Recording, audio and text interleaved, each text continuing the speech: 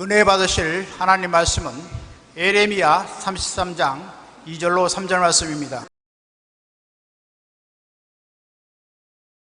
이를 행하시는 야훼, 그것을 만들며 성취하시는 야훼, 그의 이름을 야훼라는 이가 이와 같이 이루시도다. 너는 내게 부르짖으라. 내가 내게 응답하겠고 내가 알지 못하는 크고 은밀한 일을 내게 보이리라. 아멘.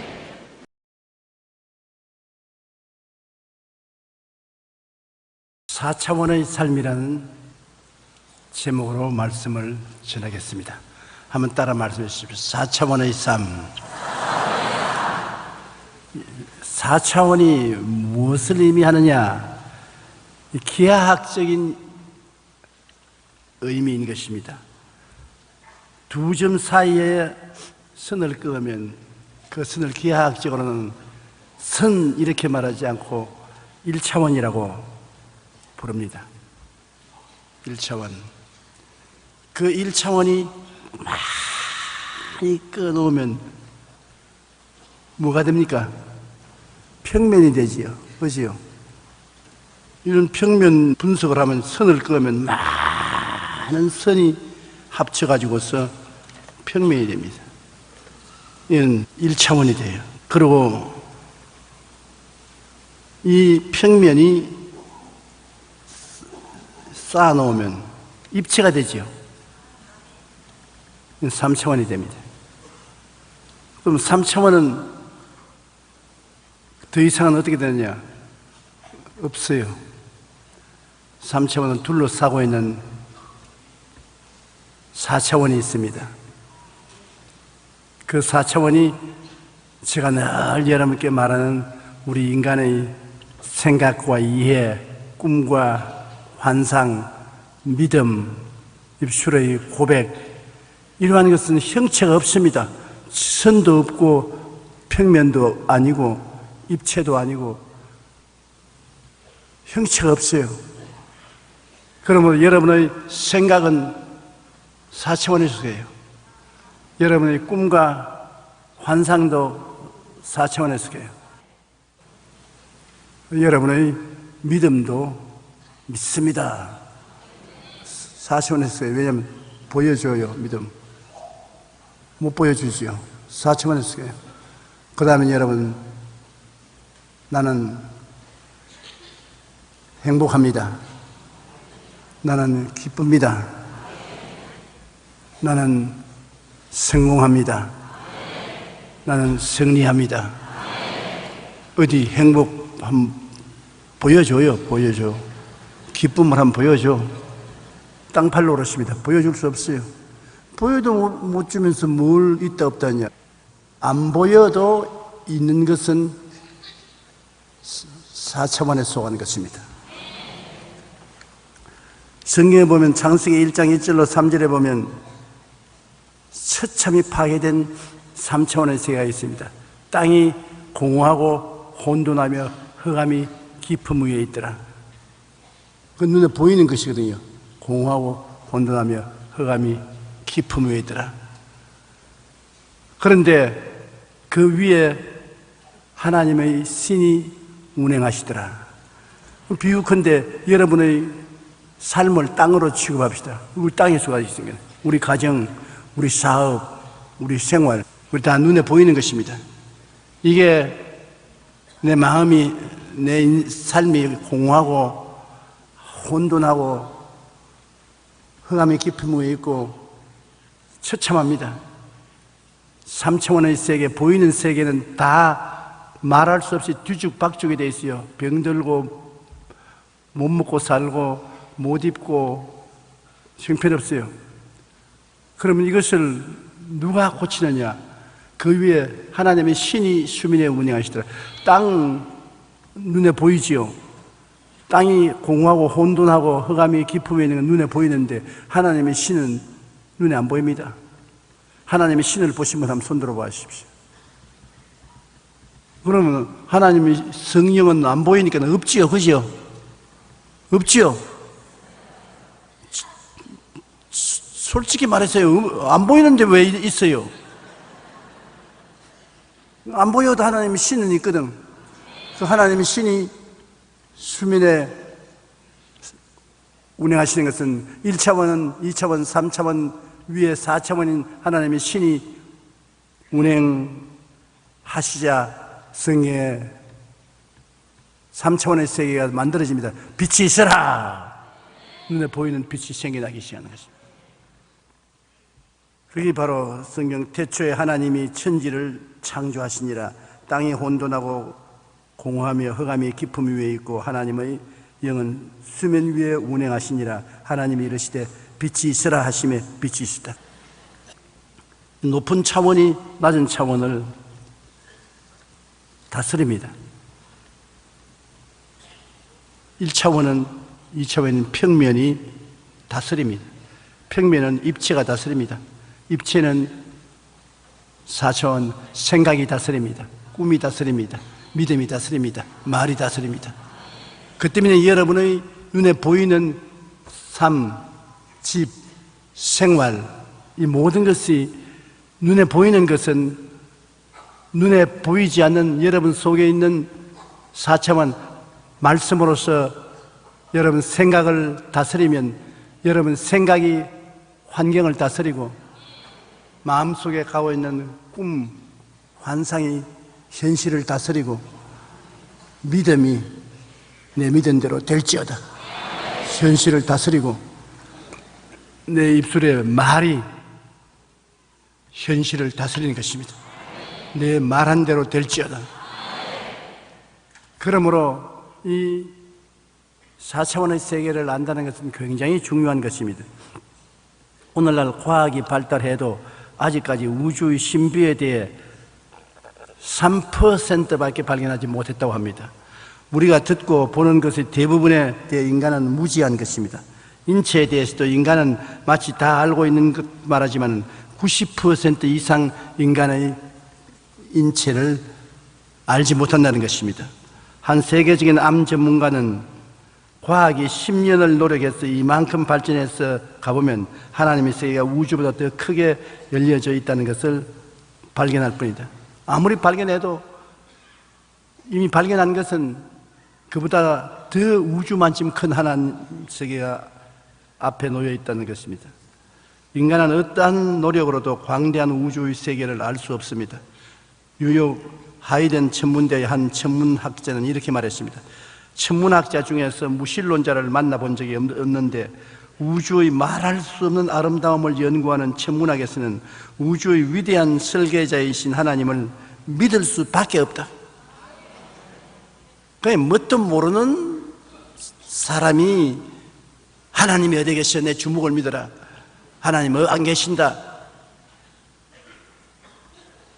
그런 엉터리 같은 말을 하지. 조금이라도 지혜 있고 학식이 있는 사람은 솔직히 모른다 그러지. 하나님 계신 것은 틀림없어도 나는 너무 크시기 때문에 모릅니다. 내 생각으로는 내 지혜와 총명은 알 수가 없습니다. 그렇게 말하는 것은 솔직한 사람이고 좋아요. 모른다는 것은 모르니까 모르는 것이지, 모르면서도 아는 척하고 하나님 어디 계시냐, 내 주먹을 믿어라, 그런 금방진 소리 하는 그 주먹은 얼마 안 있어 썩어질 것입니다. 우리가 사는 3차원의 세계는 인간의 그 어떠한 과학으로도 알 수 없는 4차원의 세계에 의하여 창조되고 둘러싸여 있는 것입니다. 그러므로 오늘 우리가 은혜를 받고자 하는 것은 첫째, 일을 행하시는 야훼, 그것을 만들어 성취하는 야훼에 대해서 알아보십시다. 야훼는 하나님은 영이시라 예배하는 자가 신령과 진정으로 예배할지라 4차원의 근본입니다. 하나님의 영은 4차원의 근본이기 때문에 3차원인 인간 세계에는, 물질 세계는 하나님이 다 지으신 것입니다. 하나님 지으실 뿐 아니라 하나님의 생각대로, 하나님의 꿈대로, 하나님의 믿음대로, 하나님의 말씀대로 모든 인간 세계는 다 다스려지고 운행하는 것입니다. 이 세계와 만물이 움직이는 근원을 우리가 알아야 돼요. 그 근원을 우리 예수 믿는 사람은 성경을 통해서 알 수 있는 것입니다. 사람은 엄청나게 훌륭하게 만들어졌습니다. 하나님이 성경에 만물을 창조하신 것을 보면 모든 만물은 하나님이 빛이 있으라 궁창이 생겨나라 명령하시지만은 사람은 하나님께서 명령해서 만들지 않았습니다. 우리가 우리의 형상대로 사람을 만들고 이 만물을 다스리게 하지. 그럼 사람은 어떻게 만들어졌냐? 하나님의 형상대로 하나님이 하나님께 명령을 했습니다. 하나님이 하나님께 사람 만들어라. 누가 만듭니까? 내가 만든다. 모든 만물은 하나님의 손길이 만들었는데 사람은 하나님이 하나님께 명령해서 너 형상대로 나오라. 그래서 만든 것입니다. 그러므로 여러분 개나 고양이나 원숭이나 사자나 곰이나 사람이나 같다. 어림도 없는 소리 하지 마십시오. 안 같습니다. 그런 것을 모두 하나님께서 말씀으로 지었지만은 사람은 하나님이 직접 당신 자신 비추어서 하나님의 손으로 지은 것입니다. 여러분은 하나님의 손으로 지었기 때문에 하나님이 4차원적인 영인 것이므로 여러분도 영입니다. 영이 육체 속에 사는 것입니다. 4차원이 3차원 속에 사는 것입니다. 그렇기 때문에 여러분도 하나님처럼 생각하고 꿈꾸고 믿고 말할 수 있는 것입니다. 하나님이 3차원의 세계를 매니지하고 다스리는 것처럼 여러분도 여러분의 생각을 통하여 꿈을 통하여 믿음을 통하여 말을 통하여 3차원의 세계를 매니지하고 다스리는 겁니다. 그래서 자기의 인생을 매니지하고 다스리고 돌보는 일을 자기의 생각을 다스림으로 자기의 소원과 꿈을 다스림으로 자기의 믿음을 다스림으로 자기의 입술의 말을 다스림으로 자기의 운명을 다스릴 수가 있는 것입니다. 사람은 모든 것이 내 운명이여 팔자라고 말하는데 운명이여 팔자를 우리는 다스릴 수 있습니다. 그게 하나님의 형상과 모양대로 지으면 우리는 어느 정도까지 그렇게 할 수 있는 것입니다. 그런데 우리가 하나님을 의지해서 창세기부터 계시록까지 하나님의 말씀을 의지해서 생각하고 하나님의 말씀을 의지해서 꿈꾸고 하나님 말씀을 의지해서 믿고 하나님 말씀을 의지해서 말하게 되면 그 하나님 말씀을 통해서 우리는 하나님처럼 다스리고 창조하게 되는 것입니다. 사람이면서 하나님처럼 믿음, 소망, 사랑, 의, 평강, 희락을 갖고 다스리고 생활할 수 있는 것입니다. 여러분이 주 예수를 믿고 하나님 말씀대로 따라서 살면은 보통 사람이 아니라 적은 하나님인 것입니다. 따라 말씀하시죠. 나는 예수님 안에서 하나님과 같은 생각, 같은 꿈, 같은 믿음, 같은 말씀을 함으로 작은 하나님이 될 수 있다. 굉장히 여러분 귀하게 지음을 받았습니다.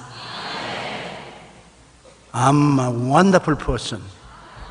나는 귀한 사람이다. 이제 조금 더 들어보세요. 깜짝 놀랄 이 말씀을 할 테니까. 요나를 하나님께서 훈련하실 때 놀라운 경험을 통해서 훈련했습니다. 하나님이 요나를 통해서 바다의 파도와 기후 여러 가지 일을 다스리는 모습을 보여주신 것입니다. 요나는 선지자 중의 한 사람이며 가드헤벨 사람 아미떼의 아들로 하나님으로부터 아수르의 수도 니느웨에 대한 심판을 외치라는 명령을 받았었습니다. 회개하지 아니하면 아수르의 수도 니느웨가 40일 만에 멸할 것이다. 하나님이 40일 만에 파멸할 것이다. 그러므로 외쳐라. 요나는 이스라엘 사람입니다. 항상 아수르의 침략을 받으니까 40일 만에 회개하지 않으면 하나님이 멸하겠다니까 이렇게 좋은 소식이 어디 있느냐? 우리가 직접 칠 필요가 없이 하나님이 때려서 망하면 얼마나 기쁘고 좋은 일인가. 우리 사람들도 그런 말 생각할 때가 있지요. 굉장히 내가 원치 않고 미운 상대방인데 아유 저 사람이 손대지 않고 하나님이 그냥 막 해줘버리면 내 마음이 시원하겠다. 그래서 이 요나가 니느웨로 가는 배를 탄 것이 아니라 욥바에 내려가서 다시스로 니느웨 정반대로 가는 표를 샀습니다. 하나님은 니느웨로 가라 하는데 그건 다시스로 정반대편으로 가는 배를 탔는데 그 배가 시중에 가운데 가다가 큰 풍랑이 와서 배가 완전히 파산지경에 이르렀습니다. 그러니 사공들이 아주 기가 막힙니다. 그러나 요나는 배 밑창에 들어가서 잡니다. 왜? 난 절대로 하나님 명령에 순종 안 할 테니까 아주 죽을 각오했으므로 살든지 죽든지 흥하든지 망하든지 성하든지 세하든지 걱정할 것 없다. 난 다 맡겼다. 잡니다. 그런데 사공들이 와서 깨워 일으켜서 너 누구기에 이런 풍랑에 발 뻗고 자느냐? 빨리 일어나서 제비 뽑아라. 이 풍랑이 누구를 통해서 온지 알아보자. 제비 뽑자. 보통 때 다 제비 뽑으라는 것은 아니에요. 이런 특별한 위기에 처했을 때 그들은 하나님도 알지 못하고 기도도 할 줄 모르고 하니까 제비 뽑을 수밖에 없지. 그 제비를 뽑으니까 제비가 딱 요나에게 떨어지겠다. 너 누구냐? 왜 풍랑이 온지는 요나가 솔직히 말했으면 나는 이스라엘 사람으로 하나님이 니느웨에 가서 회개하지 않으면 40일 동안 만에 망한다는 말씀을 전하라 해서 니느웨가 망하는 것을 보고 싶어서 반대인 다시스로 가는 이 배를 탔다. 내 때문에 이렇게 풍랑이 왔으니까 나는 회개 안 할 테니까 나를 바다에 던져라. 아, 지독한 놈이죠. 어지간하 하면 회개할 텐데 나 죽어도 회개 안 한다. 하나님이 요나가 그런 생각을 하고 할 것을 다 알고 계시기 때문에 이미 큰 물고기를 예비해 놓았었어요. 그래서 사공들이 요나를 들어서 바다에 던지니까 배가 고파서 먹을 것을 얻기 위해서 배 뒤에 따라오던 큰 물고기가 입을 벌리고 웬 떡이냐 그냥 삼켜버렸습니다. 그러자 즉시 바람이 잠잠해지고 바다가 잠잠해집니다. 이야, 이거 사람의 생각과 힘으로는 상상할 수 없는 일을 하나님은 하시는구나. 그걸 하나님이 보여주신 것입니다. 우주와 만물을 하나님이 다스린다. 그걸 보여주시기 위한 것입니다. 사도행전 17장 24절에 우주와 그 가운데 있는 만물을 지으신 하나님께서는 천지의 주제이시다. 그 하나님이 큰 주제이시니까 여러분과 나는 조그마한 주제인 겁니다. 하나님 따라다니면서 하나님 심부름하는 꼬마 주제예요. 요나 1장 12절에 보면 나를 들어 바다에 던지라. 그리하면 바다가 너희를 위하여 잔잔하여지리라. 너희가 이 큰 폭풍을 만난 것이 나 때문인 줄 내가 아노라. 우리가 하나님과 틀리면 하나님은 우리의 환경을 뒤에 흔들어 놓을 수 있습니다. 우리가 하나님 믿고 순종하고 잘하면 하나님이 우리 환경을 축복해 주시는 것입니다. 하나님이 아브라함에게 내 전토 친척 아비 집을 떠나 내가 내게 지시할 땅으로 가라. 그러면 내가 너로 큰 민족을 이루고 너 복주는 자에게 내가 복을 주고 너를 저주하는 자에게 내가 저주하리니 내가 복의 근원이 될지라. 하나님이 복을 주면 복의 근원이 돼요. 그러므로 여러분이 사는 동리나 여러분의 나라에나 여러분의 집안에나 복의 근원이 될 수도 있고 화건이 될 수도 있는 것입니다. 내가 축복을 가져오는 당사자가 될 수도 있고 저주를 가져올 수 있는 당사자가 될 수도 있는 것입니다. 이번에 G20 전 세계 부자 나라, 세계의 85%의 생산을 하는 부자 나라들이 오잖아요. 10나라 중에 9나라는 기독교 국가입니다. 다 예수 믿고 하나님께 복을 주니까 이 세상에서 물질적으로도 크게 축복을 받았단 말입니다. 어제 텔레비에서 해설하는 사람도 못내 그 말을 하더군요. 하는 말이, 왜 지금까지 이 G20 모임이 전부 기독교 수도에서 갖게 되느냐? 왜냐하면 이 세상에서 잘 사는 사람 나라는 다 예수 믿는 나라이기 때문에 그렇다. 그러므로 불교 국가나 이슬람 국가나 그런 나라에 이것을 가져갈 수 없었다. 그래서 내가 그 텔레비를 보면서 조금 더 보태었으면 좋은데, 우리나라도 이렇게 잘 살게 된 이유는 복음이 전파되어서 그렇다고, 그 말 한마디만 했으면 좋을 뻔당했는데, 왜냐하면 여러분, 우리나라가 60년 전에만 하더라도 이 세계에서 제일 못 사는 나라가 우리 한국이었습니다. 제일 못 살아요. 두 번째 못 사는 게 아닙니다. 제일 못 살아요. 국민의 1년 소득이 60달러였습니다. 불과 60년 전이었어요. 60년 전. 우리가 해방되었을 때. 거기에다가 6.25 사변을 겪어서 전쟁까지 겪었으니 완전히 해부노지. 그런 나라가 한 세기도 되기 전에 이 세상에서 12번째 잘 사는 나라가 되었다.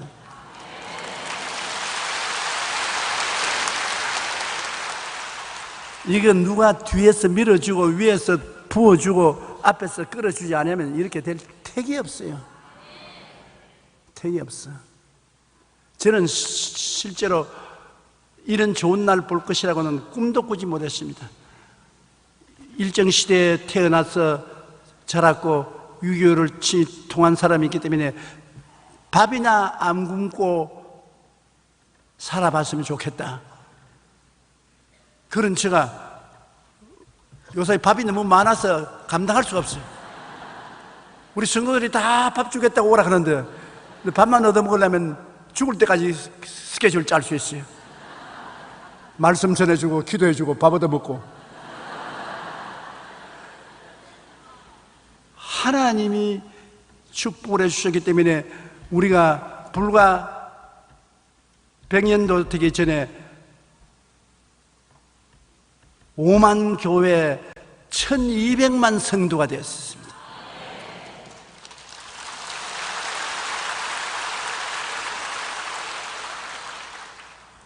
여의도 순복음교회 세계에서 이렇게 제일 큰 교회가 세워질 줄은 온 세계에서 몰랐어요. 한국에 이런 교회가 세워질 줄. 그래서 G20에 우리 대통령만 바쁜 것이 아니라 저도 굉장히 바빠요.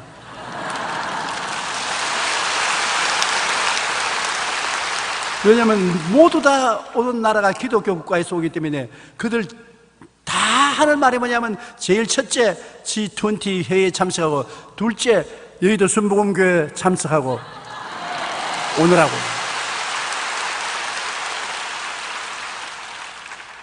그게 하나님의 특별한 축복이 아니고 있을 수가 없는 것입니다. 이러므로 천지와 만물을 지으시고 다스리는 하나님이시고 이 하나님이 예수 그리스도를 통해서 우리에게 복을 주신 것입니다. 예수 잘 믿으면 영혼이 잘됨 같이 범사에 잘되며 강건하고 생명을 얻되 풍성히 얻고 살 수 있게 되는 것입니다. 그래서 니느웨 가지 아니하고 다시스로 가던 요나가 물고기 뱃속에서 회개했습니다. 사흘 동안 물고기 뱃속에 들어있으니까 기가 막히거든. 거의 사람이 아무리 완하게도 대단히 어려우면 회개합니다. 풍랑도 회개 못 시키는데 물고기 뱃속에 캄캄한 뱃속에 사흘 동안 들어앉아 있으니 얼마나 괴롭겠습니까?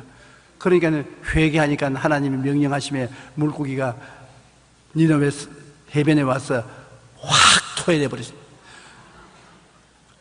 그러니까 요나가 밖으로 나오자 물고기도 사흘 동안 소화가 안 돼서 배가 아파 견딜 수가 없었는데 시원하다. 아유, 앞으로 인간은 절대 먹지 말아야 되겠다. 그래서 요나는 니느웨 성에 가서 이곳에서 저까지 이틀을 걸어가는 성입니다. 자동차 탄 것이 아니라 자동차가 없으니까 걸어서 이틀 걸리는 성이니까 굉장히 큰 성이지요. 이틀 동안 회개하라. 그렇지 않으면 40일 만에 이 성이 하나님이 심판받아 망한다했는데, 놀랍게도 그 성 사람들이 전부 다 마음이 노골노골해요. 이 설교를 듣고 회개하고 금식하고 통회하고 잡아가고 회개를 해서 변화되니까 하나님 마음도 변화된단 말입니다. 40일 동안 복음을 증거하고 난 다음 앉아가지고서 니느웨 망하는 몰골을 보겠다고 요나가 기다리는데, 햇빛이 내리비치고 동풍이 불어오니 얼마나 덥습니까? 그런데 갑자기 하루 종일 자고 나니까 박넝쿨이 하나 생겨서 잎사귀가 머리를 쫙 가리우는데 시원하다. 시원하다. 이럴 수가 있느냐. 박넝쿨이 나다니. 그런데 하루 만에 박넝쿨이 벌레가 와서 기어와서 싹둑 잘라먹고 바짝 말라버려. 동풍이 불고 햇빛이 비치니 덥고 땀이 나고 못 견디게 막 불평을 말하고, 박넝쿨이 나서 시원하게 앉아있는데 하나님이 나를 안 돌봐주셔서 벌레가 와서 먹어버리니 이 쪼글쪼글 박넝쿨이 쪼글쪼글되고 나는 더워서 죽겠으니 이럴 수가 있느냐고. 그때 하나님께서 말씀하셨습니다. 요나야, 알겠지? 박넝쿨이 하루 저녁에 이렇게 우거질 수 있느냐? 하나님이 아니고는 그렇게 할 수 있느냐? 하나님이 축복하니까 박넝쿨이 하루 저녁에 머리를 덮었. 그러나 하루 저녁에 하나님이 벌레 한 마리를 명령하니까 벌레가 와서 박넝쿨을 잘라버리니까 말라버렸. 하루 저녁에 박넝쿨이 났다가 하루 저녁에 말라버리는 것도 하나님이 섭리하시는데, 하물며 이 성에 앞뒤를 가리지 못하는 어린아이들이 얼마냐? 12만 명이 있다. 그리고 짐승들도 많다. 어른들은 죄를 짓고 나빠도 애들은 너무나 억울하지 않냐, 불쌍하지 않냐. 그래서 하나님께서 이 성에 있는 생명들을 아끼는 것은 마땅한 일 아니가. 이를 통해서 하나님께서 우리의 삶의 모든 일을 돌보신다는 것을 증명해 준 것입니다. 우리 위대한 하나님은 우리에게 은혜를 베푸는데 큰 일도 적은 일도 은혜를 베푸십니다. 마태복음 10장 30절에 너희에게는 머리털까지 다 세신 바 되었다. 시편 17편 8절에 나를 눈동자같이 지키시고, 그 머리털 수를 다 하나님이 헤아려 알고 계십니다. 세세하게 이런 머리털까지 하나님이, 박넝쿨도 하나님이 일어나고 벌레도 하나님이 기어오게 만드시는 것입니다. 마태복음 6장 31절 32절에 그러므로 염려하여 이르기를 무엇을 먹을까 무엇을 마실까 무엇을 입을까 하지 말라. 이는 다 이방인이 구하는 것이라. 너희 하늘 아버지께서 이 모든 것이 너에게 있어야 할 줄을 아시느니라. 너희는 먼저 그 나라와 그 일을 구하라. 그러면 이 모든 것을 너에게 더하시리라. 그러므로 여러분, 우리 예수 믿는 사람이 얼마나 큰 축복을 받고 얼마나 큰 특권을 가지고 있다는 것을 알아야 돼요. 이 모든 것이 믿음만 가지면 되는 것입니다. 이 모든 환경은 3차원의 세계는 4차원의 세계인 믿음만 가지면 내 믿음대로 될지어다. 시편 127편 1절로 2절에 우리 다 같이 한번 읽어보십시다. 1절로 2절. 야훼께서 집을 세우지 아니하시면 세우는 자의 수고가 헛되며 야훼께서 성을 지키지 아니하시면 파수꾼의 깨어 있음이 헛되도다. 너희가 일찍이 일어나고 늦게 누우며 수고의 떡을 먹으며 헛되도다. 삶이란 집을 짓고 생업이란 성을 사는데 하나님이 안 도와주시면 집을 짓고 성을 사는 일이 엄청나게 불가능하기도 하고 어렵기도 하다는 것입니다. 우리가 이 세상에 하나님 없이 살 수 있다. 3차원의 세계, 집을 짓고 생업을 이용하는 3차원의 세계, 우리 사람의 힘으로 할 수 있다. 3차원의 세계를 3차원으로 해결하려면 힘듭니다. 그러나 3차원의 세계를 하나님이 주시는 4차원의 세계로 해결하자면 차원이 높으니까 쉽게 해결할 수 있는 것입니다. 인간이 이룬 그 어떠한 과학, 기술, 문명도 하나님이 한번 콧김을 불어버리시면 그로서 끝장입니다. 인간의 과학이나 수단이나 방법이 무슨 힘이 있습니까? 하나님이 문을 열면 닫을 자가 없고 닫아놓으면 열 자가 없는 것입니다. 우리 삶이란 집을 짓고 생업이란 성을 쌓는데 하나님이 우리를 돌봐주시지 아니하시면 이 모든 것이 헛되고 헛되며 또 헛되고 헛되게 무너지고 흐트러질 수밖에 없습니다. 시편 9편 10절은 야훼여 주의 이름을 아는 자는 주를 의지하오리니 이는 주를 찾는 자들을 버리지 아니하십니다. 여러분을 안 버리십니다. 여러분 하나님을 찾으시면 우리는 3차원의 세계 속에 삽니다. 4차원의 하나님께서 우리 위에 운행하시는 것입니다. 우리는 지구와 같아서 땅이 공허하고 혼돈하며 흑암이 깊음 위에 있습니다.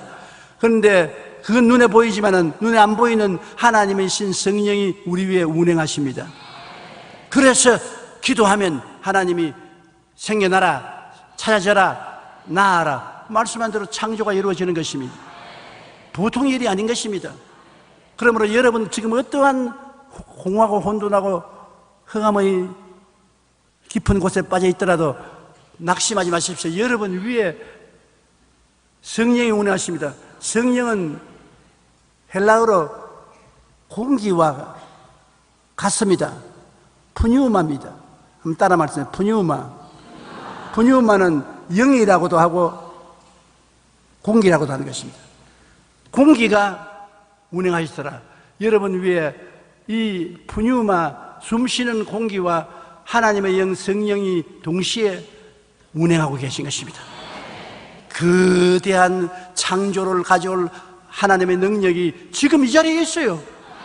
그래서 우리 주의 종들이 설교하고 난 다음에 회개할 신앙 고백을 시키는 것은 신앙 고백을 따라 속이 새로워지니까, 그리고 아픈데 손 얹으라고 기도하는 것은 실제로 나으니까, 낫게 하는 하나님의 성령의 역사가 운행하고 있으니까, 문제를 가진 사람 가슴에 손 얹고 기도하는 것은 기도하면 그 문제를 해결하는 성령이 운행하고 계시니까 가짜가 아니라 진짜로 정말 위대한 창조의 역사가 우리 예수 믿는 사람에게는 따라다니는 것입니다. 보통 사람이 아닌 것입니다. 한번 따라 말씀하면서 나는 보통 사람이 아닙니다. 우리가 정말로 보통 일을 할 수 있는 것이 아닙니다. 둘째로 오늘 성경 말씀 보면 너는 내게 부르시자라고 하는 것입니다. 하나님의 영이 우리 위에 운행하면 이제 우리 부르시셔야 돼요. 예수님이 두로와 시돈에 갔을 때 예수님께 부르시는 가난한 여인이 있었습니다. 따라오면서 큰 소리로 내 딸이 비참하게 귀신 들렸으니 내 딸을 고쳐주시옵소서. 예수님이 들은 채만 쟀습니다. 그래서 이 여인이 예수님이 제자들의 옷자락을 잡고 선생님께 말씀 좀 해서 좀 돌봐주게 해주십시오. 그러니까 예수님이 하신 말씀이 지금은 유대인에게 보내심을 받았다. 지금 유대인의 때다. 이방인의 때가 아니다. 내가 이방인에게는 유대인에게 줄 것을 이방인에게는 안 준다. 그러니까 이 여자가 와서 이제 예수님 앞에 길을 막고 엎드려가지고 주님 내 딸을 불쌍히 여기십니까? 예수님께서 가혹한 말을 하셨습니다. 뭐라고 하냐면 자녀에게 줄 떡을 취해서 너 이방인 개에게는 안 준다. 가혹한 말 아닙니까? 그런데 이 여자가 주님 옳습니다. 개들도 자녀가 먹는 밥상 밑에 떨어지는 부스러기를 먹습니다. 개들이 정말 상 밑에 오면 부스러기를 주워 먹지 않아요. 그죠? 그러니까 주님께서 뭐라고 했습니까? 오 여자여, 내 믿음이 크도다. 내가 이 말을 했으므로 집에 돌아가라. 내 딸이 귀신이 나갔다. 그러니 여러분, 우리 말 잘해야 돼. 내가 이 말을 했으므로 귀신이 나갔다. 한마디 말로 천냥빚을 갚는다고 말을 잘못하면 많은 축복을 잊어버리고 마는 것입니다.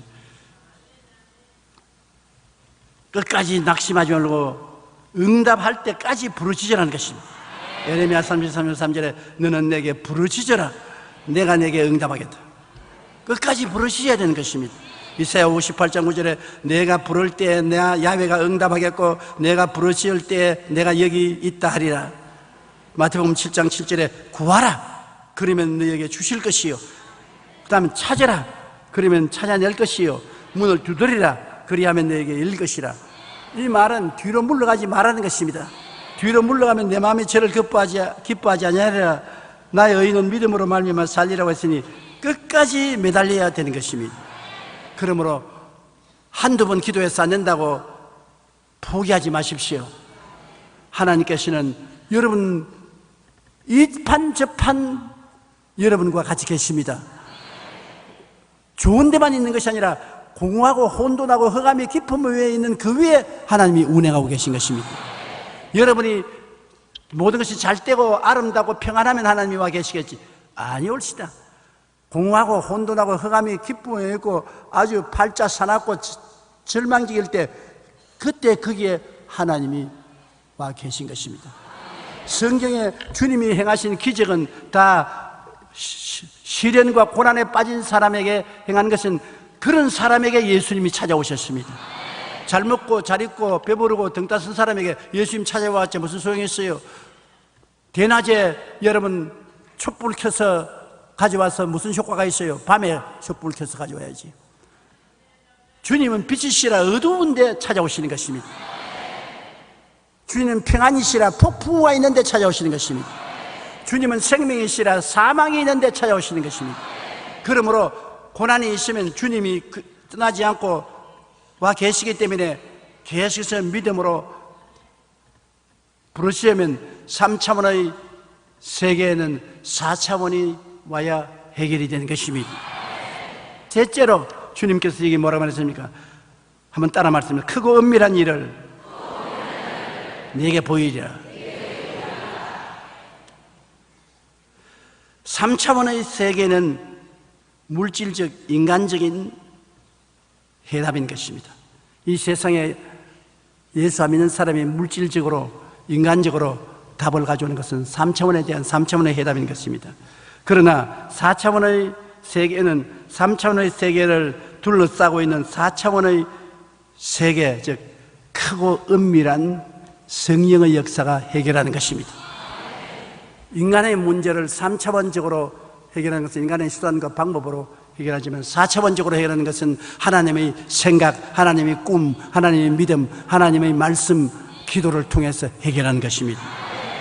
히브리서 11장 3절에 믿음으로 모든 세계가 하나님의 말씀으로 지어진 줄을 우리가 아나니 보이는 것은 나타난 것으로 말미암아 된 것이 아니니라. 현재 눈에 보이는 것은 현재 보이는 그대로 만들어진 것이 아니라 안 보이는 하나님의 능력이 만들어 놓은 것입니다. 보이는 3차원의 세계보다 높은 차원 4차원의 하나님의 능력이 우리를 만들어 놓았기 때문에 4차원의 하나님의 능력이 우리의 문제를 해결하는 것입니다. 크고 은밀한 일이란 뭐냐? 새로운 생각을 말하는 것입니다. 도저히 우리가 생각하는 그 생각 아니고 새로운 생각입니다. 에베소 3장 20절에 우리 가운데 역사하시는 능력대로 우리가 구하는 것이나 생각하는 모든 것에 더 넘치도록 능히 하시리. 얘기해요. 성경을 읽으면 문제 해답에 대한 새로운 생각이 생기는 것입니다. 우리가 크고 엄밀한이라는 것은 크고 엄밀한 새로운 생각을 가지자. 둘째는 새로운 꿈을 가지자. 꿈이 없는 백성은 망한다. 빌립보 2장 13절에 너희 안에서 행하시는 이는 하나님이시니 자기의 기쁘신 뜻을 위하여 너희에게 소원을 두고 행하게 하시나니. 소원이 뭡니까? 꿈이 바로 소원인 것입니다. 네 소원이 뭐냐? 네 꿈이 뭐냐? 그러므로 하나님이 꿈을 넣어주는 것입니다. 우리에게 새로운 꿈을 주시는 것입니다. 하나님이 크고 엄밀한 일이라는 것은 여기까지 일반적으로 알려지지 아니하는 새로운 생각, 새로운 꿈, 그 다음 불가능을 믿는 믿음, 도저히 인간으로 믿을 수 없는 믿음을 주시는 것입니다. 마가복음 9장 23절에 예수께서 이르시되 할 수 있거든이 무슨 말이냐? 믿는 자에게는 능치 못할 일이 없나니라. 내 믿음대로 될지어다. 하나님은 없는 것을 있는 것 같이 부르시느니라. 그리고 네 번째는 창조적인 고백. 잠언 18장 21절에 죽고 사는 것이 혀의 힘에 달렸나니 혀를 쓰기 좋아하는 자는 혀의 열매를 먹으리라. 그러므로 여러분, 우리가 어떠한 어려운 문제가 있을지라도 새로운 생각, 새로운 꿈을 가지십시오. 새로운 믿음, 새로운 일수로의 고백을 가지십시오. 그거 보통 때 듣지 않은 것인데, 보통으로 우리가 다 알고 듣고 보고 체험하는 것은 물질적인, 환경적인 3차원의 세계입니다. 여러분과 나는 예수 믿고 새로운 세계가 우리 속에 들어왔습니다. 4차원의 세계인 것입니다. 3차원의 세계를 품고 변화시키는 4차원의 세계가 여기 있습니다. 하나님의 말씀이 여기 있습니다. 하나님의 꿈이 여기 있고, 하나님의 믿음이 여기 있고, 하나님의 선언이 여기 있고, 하나님의 영이 여기 있는 것입니다. 여러분은 3차원의 육체와 환경 속에 살면서 사는 방법은 4차원의 생각과 꿈과 믿음과 말을 가지고 사는 것입니다. 3차원의 세계는 인본주의적 삶의 방법입니다. 잊지 마세요. 세상에 예수 믿는 사람이 살아가는 방법은 인본주의입니다. 그러나 하나님의 생각, 하나님이 주시는 꿈과 믿음, 하나님이 주시는 신앙 고백은 4차원의 세계인 것입니다. 예수 믿는 사람은 몸과 환경은 3차원, 마음은 4차원으로 살아갑니다. 우린 차원이 두 개 있어요. 몸과 환경은 3차원입니다. 여러분 지금 몸은 꼬집어 보시오. 아프지요? 보이지요? 느낄 수 있지요? 3차원입니다. 3차원인 여러분이 4차원 속에 삽니다. 하나님의 생각, 하나님의 꿈, 하나님의 믿음, 하나님의 말씀, 그건 4차원입니다. 그것이 여러분 운명 환경에 운행하심으로, 기도를 통해서, 믿음을 통해서, 찬송을 통해서 운행하심으로 변화가 다가오는 것입니다. 4차원이 3차원을 다스리고 창조하는 것입니다. 여러분의 운명과 환경을 다스리고 창조하는 4차원이 여러분 속에 있습니다. 여러분의 영이 하나님 성령으로 더불어 4차원이 되어 있는 것입니다. 하나님을 의지하면 불가능해 보일지라도 우리가 새로운 생각, 새로운 꿈, 불가능을 믿는 믿음 고백하고 나갈 때 4차원의 능력으로 이 모든 일이 이루어진다는 것을 알아야 되는 것입니다. 우리 예수 믿는 사람이 평범한 삶을 살아서는 안 되는 것입니다. 언제나 어두운 곳에 들어가서 빛을 가져오고, 무질서에는 질서를 가져오고, 무에는 유를 가져오고, 절망에는 소망을 가져오고, 불행에는 행복을 가져오고, 변화를 가져와야 되는 것입니다. 긍정적이고 적극적이고 창조적이고 생산적인 삶을 가져와야 되는 것입니다. 왜냐하면 여러분 속에는 예수 그리스도를 믿음으로 말미암아 4차원의 세계가 들어와 있기 때문인 것입니다. 아무리 땅이 공하고 혼돈하며 흑암이 깊음에서도 하나님의 신이 수면에 운영하면 새로운 세계가 창조되는 것입니다. 그 증거로 우리 한국이 공하고 혼돈하며 흑암이 깊음에 있는 이 나라에 복음이 들어와서 우리 한국에 운행한 결과에 불과 60년 만에 세계 꼴찌에서 12번째 잘 사는 나라로 변화되었습니다. 이제 얼마 있으면 첫째로 갈 거예요.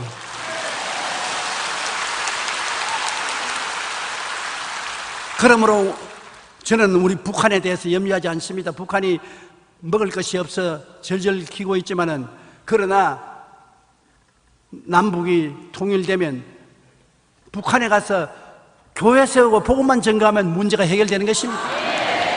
성령이 운행하면 창조 역사가 일어나는 것입니다. 여러분, 노르웨이가 지금 북부에서는 제일 잘 사는 나라 중에 하나 아닙니까? 100년 전에 노르웨이는 많은 사람이 굶어 죽고 헐벗고 굶주린 나라였습니다. 아무도 노르웨이가 일어날 줄 몰랐습니다.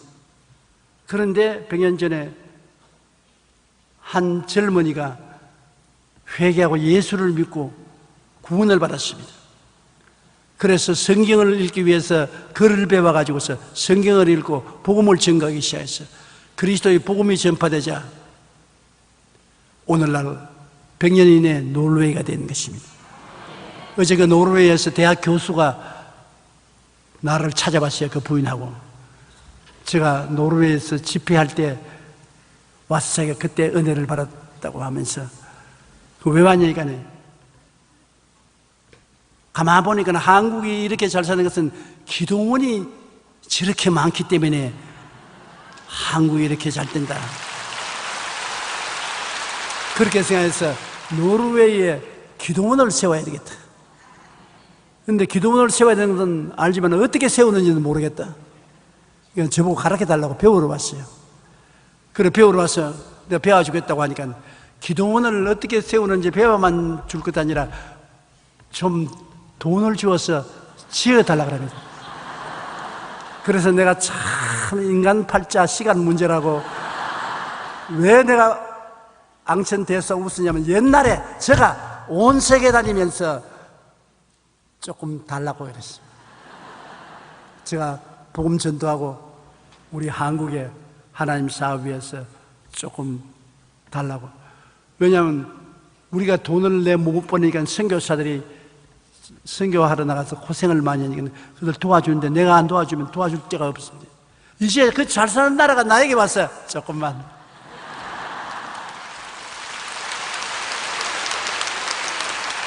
사람 팔자 시간 문제예요.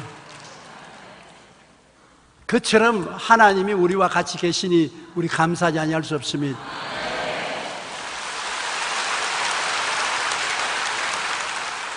이런 날에 주님께서 성찬 예배를 갖게 하시고, 내 살을 먹고 내 피를 마셔라. 너가 내 안에, 내가 있는 내 안에 있는 것을 알리라. 이 말은 뭐냐면, 내 살을 먹고 내 피를 마시고 너 3차원의 인생이 4차원의 영혼으로 나와 하나가 되라. 오늘 더욱 주님이 여러분 속에 계신 것으로 믿고 기도하고 믿음, 생각을 고치고 꿈을 고치고 믿음을 고치고 말을 고치고 삶이 고쳐지는 것입니다. 바다지 건너편으로 가야 되는 것입니다. 새로운 세계가 바다 건너편에 있습니다. 오늘 여러분께서 교회에 와서 말씀 듣고 생각이 달라지고 꿈이 달라지고 믿음이 달라지고 말이 달라지지 않으면 인생은 안 달라지는 것입니다. 아무리 애를 써도 안 달라지는 것입니다. 여러분을 변화시키고 달라지게 하는 하나님의 능력이 이 자리에 계십니다.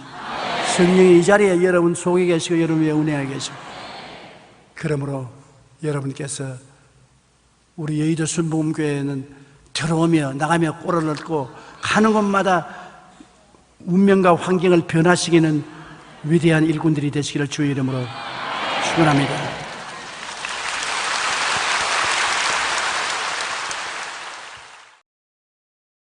오늘 저는 여러분과 함께 하나님의 권면이란 제목으로 은혜를 나누고자 합니다. 우리는 일생을 살면서 수많은 권면을 받고 삽니다. 특별히 우리가 자라나면서 우리 사랑하는 부모님께서 불철주야로 자녀가 잘 되기 위해서 이 모처모로 권면하던 말씀들을 우리는 가슴속에 뚜렷이 기억하고 있습니다. 장성하셔 살면서도 형제의 권면을 받기도 하고 또 간절한 스승의 권면을 받기도 하는 것입니다. 친구의 권면이 있는가 하면 이웃 사람들의 권면이 있기도 하는 것입니다. 이런 권면들은 모두 다 우리의 삶에 크나큰 유익을 갖다 주는 것입니다. 그런데 이런 사람들의 권면은 그 무엇이라고 말해도 역시 인간적인 관점에서 바라보고 시간적인 공간적인 제한 속에서 주시는 권면이기 때문에 영원한 권면은 될 수가 없습니다. 그러나 하늘과 땅을 지으신 하나님, 우리를 사랑하시되 그 아들 예수님을 보내셔서 몸을 찢고 피를 흘려서 우리의 죄를 대속해 주시는 그 큰 증명된 사랑을 주신 하나님께서 우리에게 권면을 하실 때는 그 권면은 진실로 영원한 권면이고 우리에게 영원한 유익을 갖다 주는 권면인 것입니다. 사람의 권면에도 우리가 귀를 기울이고 등한히 느끼지 말아야 될 건데 하물며 하나님의 권면에 우리가 귀를 기울이지 않는다면 우리는 정말 어리석은 사람이 되고 말 것입니다. 그러므로 오늘 이 시간에 여러분과 함께 로마서 12장에 있는 하나님의 권면에 관해서 귀를 기울여 보고자 하는 것입니다. 첫째로 하나님께서는 우리에게 우리의 몸을 하나님이 기뻐하시는 거룩한 산 제사로 드리라, 그렇게 권면을 하고 있는 것입니다. 제사란 말은 옛날에 짐승을 잡아서 피를 흘리고 닭을 떠서 제단 위에 얹어서 불로서 살아 향기로운 제사를 드리는 것이 바로 제사인 것입니다. 희생이라는 것입니다. 오늘 하나님께서는 우리에게 말씀하기를 하나님이 기뻐하시는 거룩한 산 제사로 우리 몸을 드리라고 말씀을 하고 계시는 것입니다. 하나님께서는 우리를 죽여서 제사로 드리라는 것은 아닙니다. 살아있지만은 실상은 우리가 몸을 제물로 하나님께 드리기를 우리 하나님 아버지께서 요구하고 있는 것입니다. 왜 이러한 요청을 하나님께서 계실까요?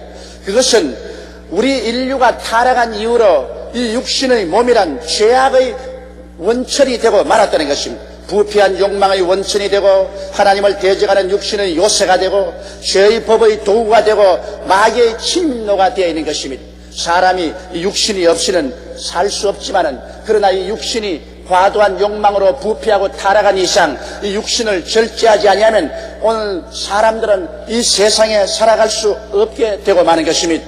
그러므로 우리 하나님께서는 우리 인간의 이 육신을 하나님이 기뻐하시는 온전한 산 제물로 드리라고 부탁을 하고 계신 것입니다.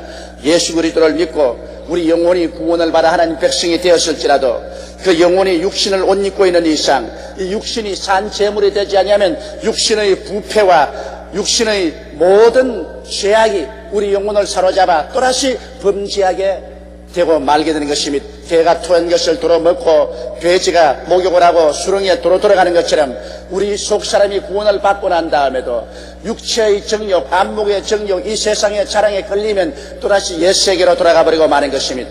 그렇기 때문에 우리 하나님께서는 그 아들 예수 그리스도를 죄 있는 육신으로 보내사 육신의 죄를 정하여 십자가에 못 박은 것입니다. 그것은 우리의 죄의 몸이 멸하여 다시 죄에게 종노릇하지 않게 하려고 그렇게 하신 것입니다. 우리가 직접 우리 육신의 죄를 짊어지고 십자가에 죽은 것은 아니지만은 예수님이 우리를 대신해서 육신의 죄악을 다 짊어지고 십자가에 올라가서 몸짓고 피를 흘려 죽었기 때문에 오늘날 우리가 예수 그리스도 앞에 나와서 간절히 기도하면 주님께서 성령의 은혜를 보내셔서 우리에게 밝은 양심을 살아나게 해주시고 우리 마음속에 놀라운 이지의 결단력을 허락해 주시는 것입니다. 우리의 이지를 강화하게 해주셔서 육신의 죄악의 유혹을 다 벗어버리고 그 사슬을 끊어버리고 살아갈 수 있는 힘과 용기를 허락해 주시는 것입니다. 수많은 사람들이 사실은 자기가 독립적이고 자유로운 존재라고 생각하지만 실상은 그렇지 않습니다. 혹은 술의 노예가 되고 담배의 노예가 되고 음란과 쾌락의 노예가 되고 세상 도박이나 마약의 노예가 되어서 육신에 질질 끌려다니는 사람이 얼마나 많은지 모릅니다. 그러나 예수께서 이 육신의 죄악을 십자가에서 도말하시기 때문에 이제는 우리가 예수 앞에 나와서 주의 은혜를 받을 때 우리 영혼의 구원만 받는 것이 아니라 이 육신의 모든 죄악의 사슬에서 자유와 해방을 얻는 은혜도 받게 되는 것입니다. 이러므로 예수님 앞에 나오지 않고 진실로 육신의 죄악에서 해방을 얻을 수 있는 사람은 아무도 없습니다.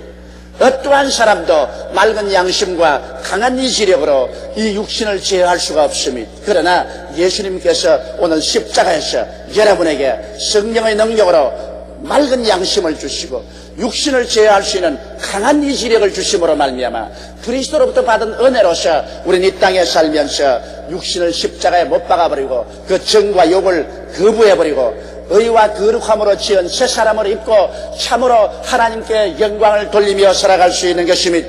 제물은 원래 향기로운 제사로 드리는 것인데 우리는 옛 몸을 단호히 세상과 함께 죽여버리고 그 몸으로 의와 거룩함과 예배와 찬양과 하나님께 봉사하는 도구로 삼아야 될 것입니다. 이럴 때 우리 하나님이 참으로 우리를 기쁘게 받아주실 수가 있는 것입니다. 우리는 영혼만 구원받아 영원한 생명을 얻는 것이 아닙니다. 그 영혼이 있는 이 육체가 죄악의 사슬에서 풀려나고 그리고 이 육체가 하나님 앞에 산 제물이 되어 하나님께 용납받고 하나님께 영광을 돌리는 그러한 삶을 살기를 하나님께서는 원하시고 계신 것입니다. 영은 거듭나고 마음은 새로워지고 몸은 살아있으나 죄악에 대하여는 죽어버린 하나님의 성전이 되어서 그래서 이 몸을 통해서 하나님께 예배를 드릴 때 그것이 참된 신령한 예배가 되는 것입니다. 죄의 몸을 멸하지 않고 옛습관 그대로 갖고 드리는 예배는 육의 예배요 형식적인 예배요 신령한 예배는 아닙니다. 오늘 많은 사람들이 입술로만 예수를 믿는다고 주여 주여 하면서 육신의 죄악은 그대로 내버려두고 육신이 시키는 대로 끌려다닙니다. 음란하고 방탕하고 세속적이고 쾌락주의적으로 따라다니면서 종교를 정식적으로 몸에 걸고만 다닙니다. 이것은 바로 위선적인 종교인이요 이 때문에 안 믿는 사람들로부터 우리는 지탄을 받고 손가락질을 받게 되는 것입니다. 우리 속사람이 거듭났으면 우리의 육신을 하나님 앞에 거룩한 산 제물로 단호하게 드려야 되는 것입니다. 많은 사람들이 말할 것입니다. 나는 아무리 결심하고 각오해도 안 됩니다. 육신의 죄악에서 이겨나갈 수가 없습니다. 물론입니다. 여러분의 힘으로는 이길 수가 없습니다. 그렇기 때문에 사도 바울 같은 사람도 장탄식을 했었습니다. 오래 나는 공고한 사람이로다. 이 사망의 몸에서 누가 나를 건져내려고 했습니다. 그러나 이 육신을 예수님만이 십자가에 올라가서 거기에서 죽여버렸었습니다. 이러므로 예수 그리스도 앞에 나와서 무릎을 꿇고 우리 주 예수를 구주로 모시고 주여 내 육신의 모든 죄악의 요소를 제하여 주시옵소서 기도할 때 우리 육신 속에 있는 정과 욕을 무찔러버리고 이길 수 있는 힘을 주님께서 십자가에서 성령의 능력으로 우리에게 허락하여 주시는 것입니다. 그래서 여러분의 의지가 강화되는 것입니다. 아주 연약한 의지가 육신이 이끄는 대로 끌려가던 그 의지가 강화되어서 이제는 하나님 편에서 단호하게 서서 육신의 정욕과 안목의 정욕과 이 세상 자랑을 거부해버릴 수 있는 강한 이지력이 생겨나게 되는 것입니다. 예수를 믿는 사람이 성령으로 말미암아 강한 이지력을 얻지 못하면 이 사람은 세상에 나가서 바람 부는 대로 물결 치는 대로 끌려다니고 맙니다. 결국에는 위세를 당하고 하나님께 영광을 돌리지 못하는 삶을 살고 마는 것입니다. 오늘 이 시간에 여러분은 그러므로 우리 죄를 사하고 영혼만 구원해 주시는 하나님이 아니라 그리스도는 십자가에서 우리에게 육신의 모든 죄악의 힘을 멸하여 버리시고 강한 이지를 마음속에 넣어주신다는 사실을 알고 주님 앞에 강한 이지를 달라고 기도하는 여러분 되시기를 주의 이름으로 축원합니다. 그렇게 되면 우리는 어떠한 일이 다가와도 조금도 두려워하지 않고 예수 이름으로 죄악을 떨쳐버리고 죄악을 밀어버리고 승리로 삶을 살아갈 수가 있는 것입니다. 바로 이것이 하나님께서 우리에게 권면하는 첫째 권면인 것입니다. 입술로만 주여 주여 하지 말고 이 세상에 살면서 너희 몸을 하나님이 기뻐하시는 거룩한 산 제사로 드리라. 세상에서는 이미 죽은 사람이 되고 하나님 앞에서는 향기로운 제물이 되어 이 몸으로 하나님께 영광을 돌리는 삶을 살라는 것입니다. 이 몸을 죄악의 노예로 드리지 말고 의의 도구로 드려서 의로운 삶을 살라고 하나님께서 말씀을 하는 것입니다. 오늘날 한국의 기독교인 수는 그렇게 많지만은, 그러나 이 많은 기독교인들이 이 세상에서 빛도 되지 못하고 소금도 되지 못하는 것은 우리의 몸을 거룩한 산 제물로 드리지 못하기 때문인 것입니다. 종교만 가지고 있고 실생활 속에서 열매가 없는 것은 이 육신의 죄악을 십자가 밑에서 청산해버리지 못한 삶을 살기 때문에, 예수 믿는 사람이 남보다 사기도 더 많이 치고 도둑질도 더 잘하고 흉악한 일도 더 잘하고 사회적인 무리도 더 많이 일으키는 이러한 존재가 되어버리고 말한 것입니다.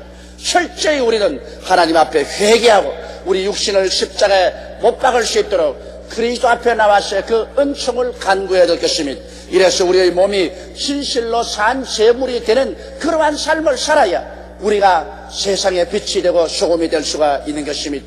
둘째로 주님께서 권면한 것은 우리 마음에 큰 변화를 받기를 원하는 것입니다. 이 세대를 본받지 말고 우리 마음의 변화를 받아 하나님의 선하시고 기뻐하시고 온전하신 뜻이 무엇인지 분별하면서 살라고 말씀하는 것입니다. 왜 성경에는 이 세대를 본받지 말라고 했을까요? 여러분, 이 세대는 악한 자에게 쏘였기 때문인 것입니다. 아담과 하와가 하나님 등지고 세상에 나오고 난 다음에 이 세대는 완전히 하나님 없는 삶을 살았었습니다. 마귀가 주체가 되고 사람들은 하나님 없이 인본주의로 이 세상을 살아왔었습니다. 지금도 이 세상은 아무리 과학이 발달되고 문화가 창달되었다 할지라도 그것은 인본주의적인 것이요 마귀에게 속한 것입니다. 하나님은 온데간데 없고 그리스도를 예비하는 것은 온데간데 없습니다. 그러므로 마귀가 예수님을 시험할 때도 이 세상 영광과 건설은 자기 것이라고 말했었습니다. 왜냐하면 아담과 하와가 이 세상의 왕이었는데 이것을 가지고 마귀에게 고스란히 넘겨주어버리기 때문인 것입니다. 하나님을 떠난 인본주의적인 인류 문명과 문화는 모두 다 악한 자의 지배하에 있기 때문에 이 세대를 본받지 않기 위해서는 단호히 신본주의로 돌아서야 되고 그리스도 중심주의로 서고 무신론적 세속주의를 따라가지 말아야 되는 것입니다. 나는 최근에 저희 마음속에 굉장히 쇼크를 느낀 것은 모 신부가 북한에 갔다가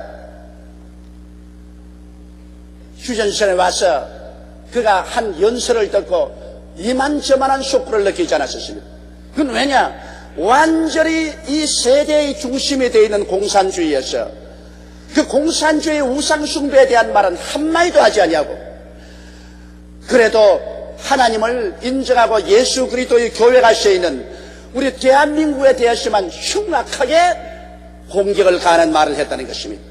진실로 양심 있는 목사나 양심 있는 신부라면 어느 곳이 더 하나님을 섬기고 어느 곳이 더 예수님을 믿을 수 있는 체제라는 것을 분명히 알 수 있을 것입니다.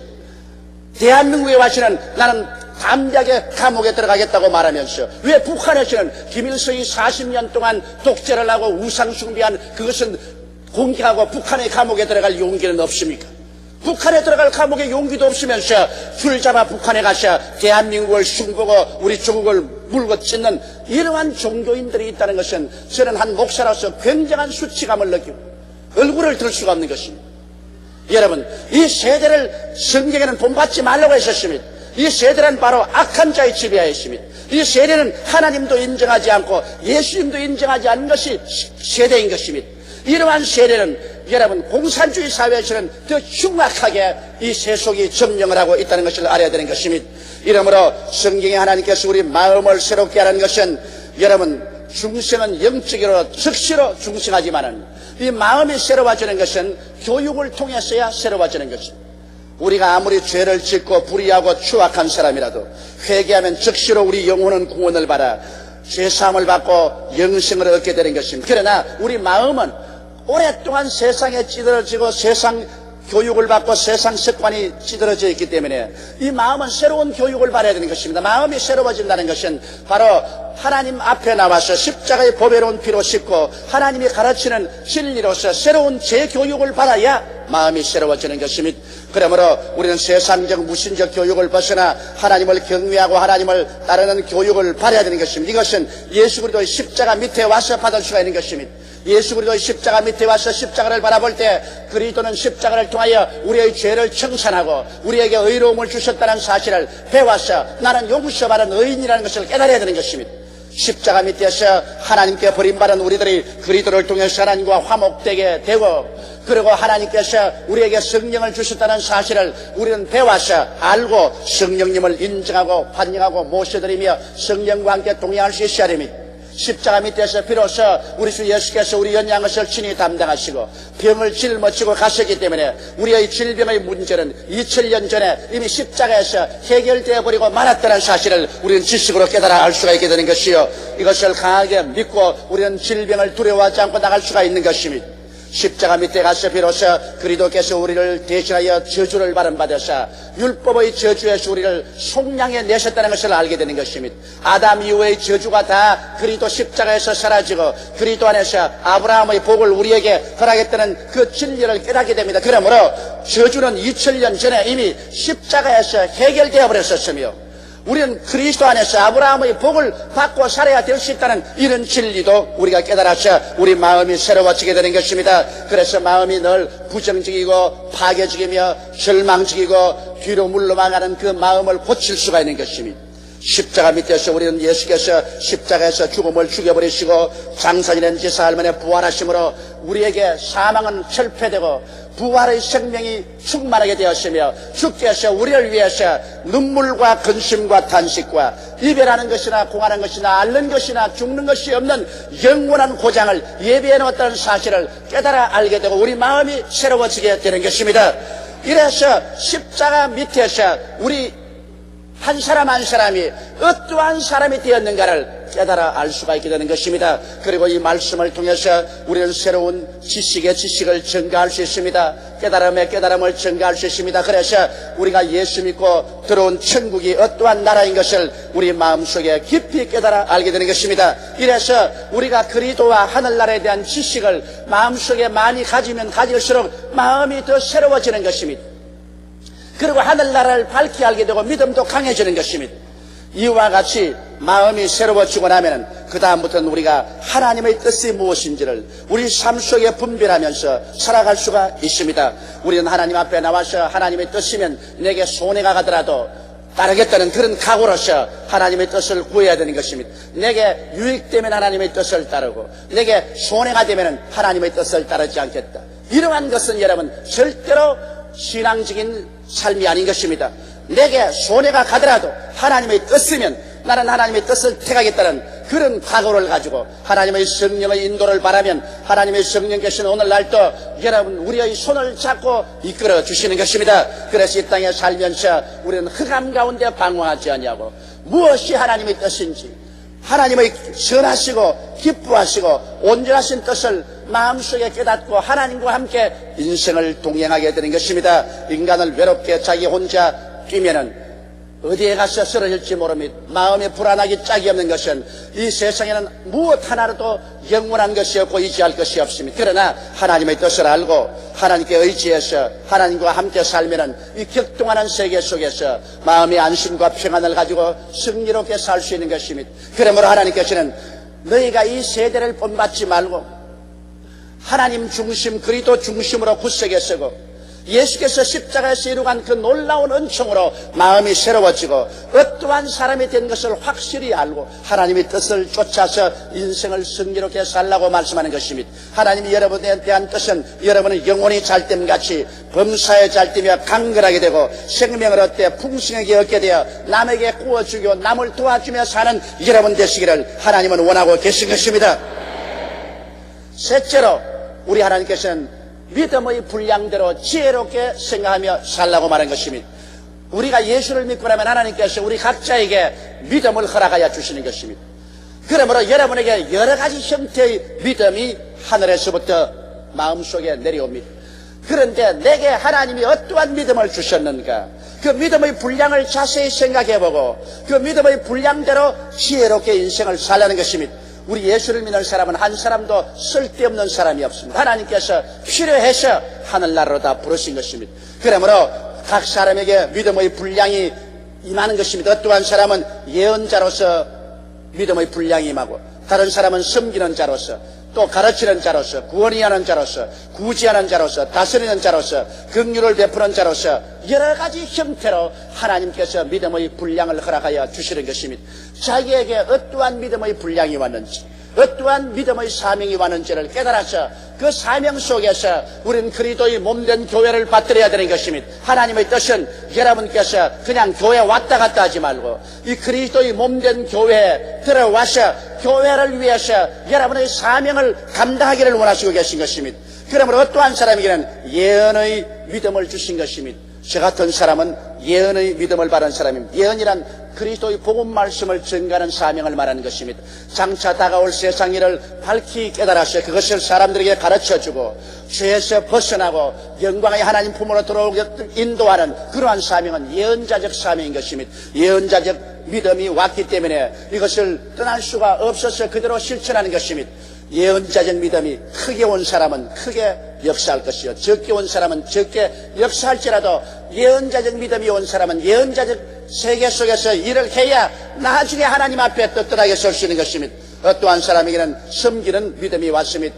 이 봉사하는 믿음이 온 사람은 경건한 마음으로 하나님께서 주신 그 믿음대로 열심히 봉사합니다. 사람들이 잘했다 하든 못했다 하든 그게 상관하지 말고 몸된 그리스도의 교회를 위해서 열심히 빚도 없이 아무 칭찬도 없이라도 봉사를 하고 나면은 하나님이 이것을 계산하셔서 하나님께서 갚아주시게 되는 것입니다. 또한 어떠한 사람은 가르치는 은사가 온 사람이 있습니다. 가르치는 믿음이 온 사람은 자꾸 가르치고 싶습니다. 그래서 열심히 공부하는 것이 재미가 있고 성경을 깨달아서 남에게 가르쳐주고 싶은 간절한 소원이 생깁니다. 이러한 사람은 이러한 믿음이 온 대로 이것을 파묻어 놓지 말고 교회 학교에 가서 혹은 교회 학교나 중고등이나 대학생이나 장년이나 가르쳐야 되는 것입니다. 그래서 자기의 사명을 다해야 되는 것입니다. 어떠한 사람은 구원이하는 믿음이 온 사람이 있습니다. 이 구원이하는 사람은 사람들이 낙심하고 타락할 때 가서 권면하는 것입니다. 세상에 살면서 우리가 다 믿음이 튼튼하지 않습니다. 시험에 들고 낙심하고 타락한 사람이 있습니다. 구원이하는 은사가 온 사람은 이러한 사람들을 도와주고 싶은 간절한 믿음이 마음속에 솟구쳐 오릅니다. 그러므로 이러한 사람은 가서 말씀을 통하여 기도를 통하여 혹은 꾸짖고 혹은 격려하고 이래서 권면함으로 말미암아 많은 사람들을 신앙 가운데 굳세게 세우는 것입니다. 교회 대개 장로님들이나 권사님들이나 조장이나 구역장님들은 이와 같은 구원이하는 사명을 받은 분들인 것입니다.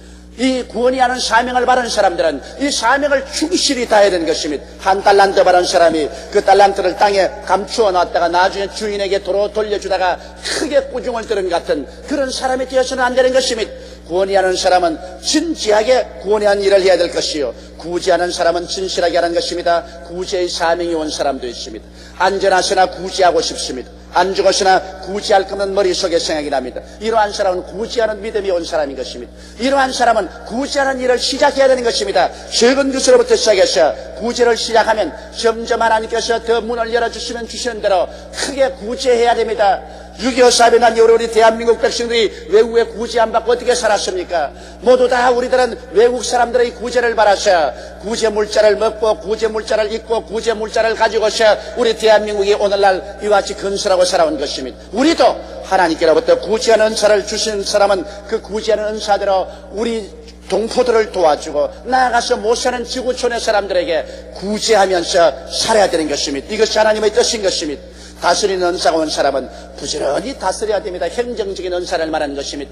행정적인 은사가 온 사람은 그 은사대로 또 교회 각 부서에서 부지런히 다스리는 일을 해야 될 것이요 긍휼을 베푸는 은사가 온 사람이 있습니다. 남을 불쌍히 여기는 사람, 사람의 마음은 사람의 마음이 고칩니다. 사람의 마음을 어떠한 기계로서 못 고칩니다. 마음에 상처가 오면 다른 사람은 마음이 가서 그 마음을 위로하고 격려해서 그 사람의 마음을 고쳐줄 수 있는 것입니다. 이와 같이 긍휼의 은사를 받은 사람은 큰 마음의 자비와 긍휼을 가지고 마음에 상처 입은 사람에게 대화를 하고 그 마음을 고쳐줄 수 있는 것입니다.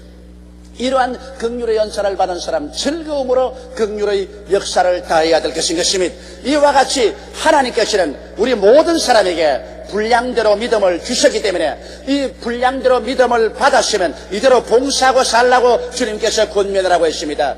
나는 뭐 교회 와서 예배나 드리고 그리고 들어가서 사회생활만 하면 되었지, 나 같은 사람은 교회에 아무 상관이 없다고 이렇게 생각하면 주님의 권면을 정면으로 거부하고 마는 것입니다. 하나님은 모든 사람에게 큰 분량이나 적은 분량의 차이는 있지만 이와 같은 하나님의 사역을 위한 은사를 허락하여 주셨습니다. 여러분, 오늘 이 시간에 여러분 가슴에 손을 고생할 때 하나님 나라를 위해서 무엇을 제일 하고 싶습니까? 하나님 은사가 오면은 그러한 특정한 면에서 제일 하고 싶습니다. 그 하고 싶은 곳이 있으면 그 일에 여러분께서 충실하게 주위 환경에서 시작하면 하나님이 점점 길을 열어서 크게 봉사할 수 있게 만들어 주시는 것입니다. 이러므로 한 사람도 게으르지 말고 열심을 품고 하나님의 나라를 위해서 일하는 여러분이 되시기를 주의 이름으로 축원합니다. 하나님의 권면은 모두 우리들의 유익을 위하여 주시는 것입니다. 우리가 하나님의 자녀요 백성으로서 모두 훌륭하게 성장하여 하나님의 자랑과 기쁨이 되어야만 할 것입니다. 하나님은 이를 위해서 오늘 여러분과 저를 부르시고 이 땅에 살면서 우리의 몸을 거룩한 산 제물로 드리고 우리 마음은 새롭게 되어 변화받아 하나님의 뜻을 이해하는 사람이 되고, 그리고 우리의 현실적인 교회 생활에는 하나님이 허락하신 믿음의 분량대로 은사를 깨달아서 자기의 직분에 합당하게 봉사하면서 살기를 하나님은 간절히 권면하고 있습니다. 이렇게 할 때 우리 교회는 이 세상에서 빛과 소금으로서 우리 사명을 다하게 되고, 그리고 믿지 않은 사람이나 믿는 사람에게 칭찬을 받게 되고 이 세상에 하나님의 영광을 드러낼 수 있게 되는 것입니다. 다 같이 모여서 기도드리겠습니다. 전능하시고 거룩하신 우리 아버지 하나님, 우리는 무신의 세상에 속에서 살고 있습니다. 이 세상은 하나님도 인정하지 아니하고 예수님도 인정하지 않습니다. 세속의 물결을 쫓아 마귀의 사조를 쫓아 인본주의로 타락으로 살아가고 있습니다. 내 아버지, 이러한 세계 속에서 우리가 부름을 받고 예수 그리스도의 빛을 얻어 구주로 그리스도를 모시고 이 땅에서 하늘나라를 전파하면서 살도록 만들어 주셨음을 감사합니다. 하나님 아버지, 그러므로 우리가 예수를 믿고 구원받았으면 진실되게 이 땅에서 예수 믿는 사람답게 살 수 있도록 우리의 몸을 거룩한 산 제사로 드리게 도와 주시옵소서. 강한 의지로서, 강한 결단으로서 죄악을 다 물리쳐버리고 그리스도를 따라가는 빛과 소금의 역할을 하게 도와 주시옵시고, 우리 마음은 변화를 받아서 세속적인 생각으로 꽉들어 차지 말고 하나님 중심 예수 주체로서 서게 하여 주시옵시고, 진리를 깨달아서 진리의 말씀대로 살아가는 우리들 되게 도와주옵소서. 아버지 하나님께서 우리 각자에게 믿음의 분량대로 은사를 주신 것을 감사합니다. 자기의 임한 은사를 따라서 하늘나라를 열심으로 자기 주변에서부터 섬기면서 살아가는 우리들이 다 되게 도와주옵소서. 하나님 아버지여, 성령으로 말미암아 오늘 우리 마음속에 큰 깨우침을 허락하여 주옵소서. 우리 주 예수님 이름으로 기도드리옵나이다. 아멘. 은혜 받으실 하나님의 말씀은 시편 127편 1절로 2절 말씀입니다. 야훼께서 집을 세우지 아니하시면 세우는 자의 수고가 헛되며, 야훼께서 성을 지키지 아니하시면 파수꾼의 경성함이 허사로다. 너희가 일찍이 일어나고 늦게 누우며 수고의 떡을 먹음이 헛되도다. 그러므로 야훼께서 그 사랑하시는 자에게는 잠을 주시는도다. 아멘.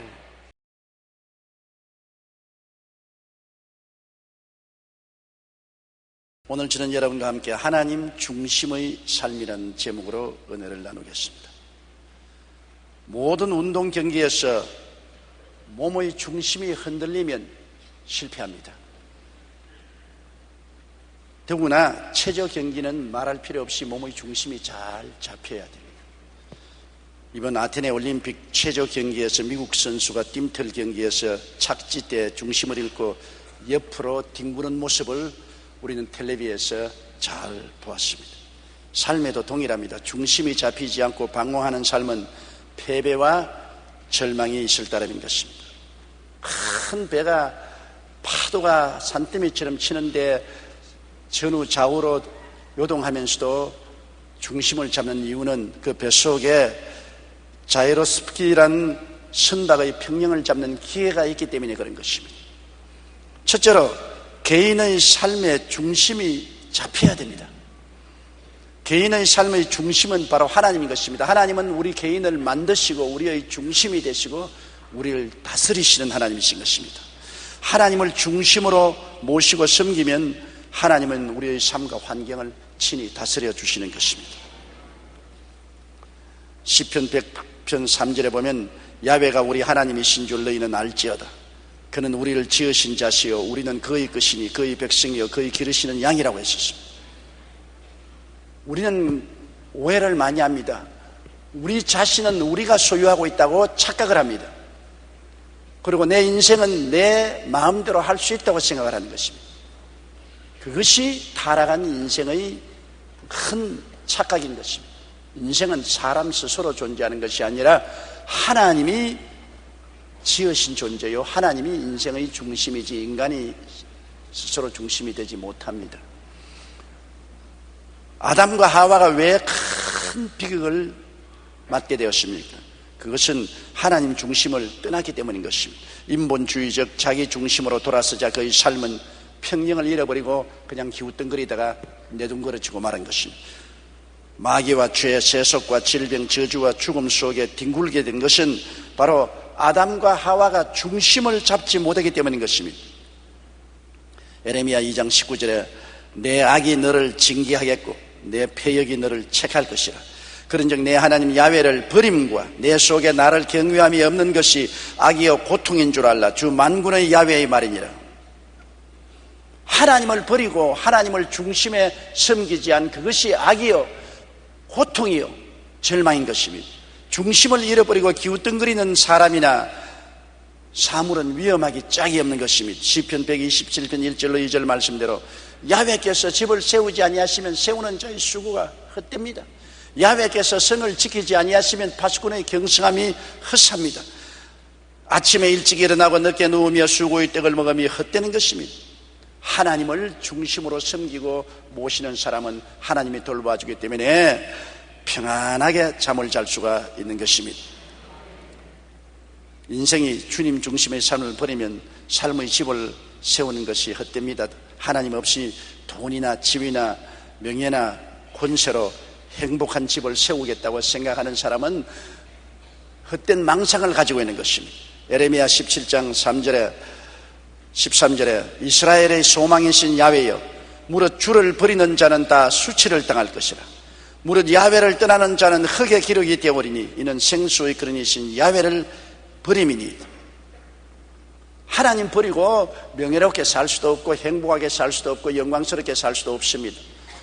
야훼를 버리는 사람은 수치를 당하고 결국에는 한 주머니 흙으로 돌아가고 마는 것입니다. 잠언서 15장 25절에 야훼는 교만한 자의 집을 허신다고 말한 것입니다. 아무리 인간의 수단과 방법과 노력으로 집을 세워도 하나님이 허시면 어떻게 인간의 힘으로 성공할 수가 있겠습니까? 우리 한국 속담에도 화무 11년 권무 10년이라는 말이 있습니다. 이 말은 열흘 넘게 피어있는 꽃이 없고 10년 넘게 과지는 권세가 없다는 뜻입니다. 하나님 없이 인간 자신의 힘으로 세운 세상의 권세와 부귀와 영화는 헛된 것입니다. 10세기 초 세계 최대의 나라였던 사라센 제국의 왕인 압둘라 라만 3세는 49년 동안 왕으로 있으면서 온갖 부귀와 영화를 다 누렸습니다. 그 1년 수입은 약 3억 3천 6만 달러, 우리 한국 돈으로 약 4천억 원에 달했고 그의 부인 수만 해도 3,321명이나 되었습니다. 아들만 616명을 낳았습니다. 아마 찾아와도 누군지 알지도 못했을 것입니다.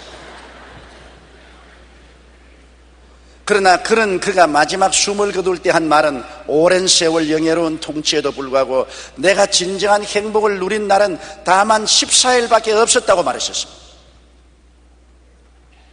마누라를 3,321명이나 두고 아들을 616명이나 두고 그렇게 많은 돈을 벌며 호화 찬란한 삶을 살아도 그에게 행복은 없은 것과 다름이 없습니다.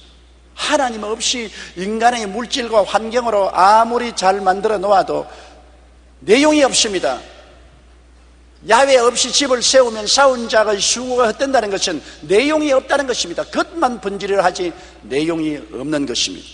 독일의 대부호였던 카우센 역시 1만 5천 개의 콘도와 수십 개의 빌딩을 소유했고 그 재산이 4억 4천만 달러, 약 5,280억 원에 이르렀지만 오히려 그런 많은 재산을 관리하고 운영하는 것에 스트레스를 받아 결국에는 낙심하고 자살해버리고 말한 것입니다. 5,280억 원을 가진 사람이 재산 관리에 너무 스트레스에 걸려서 자살해버렸다.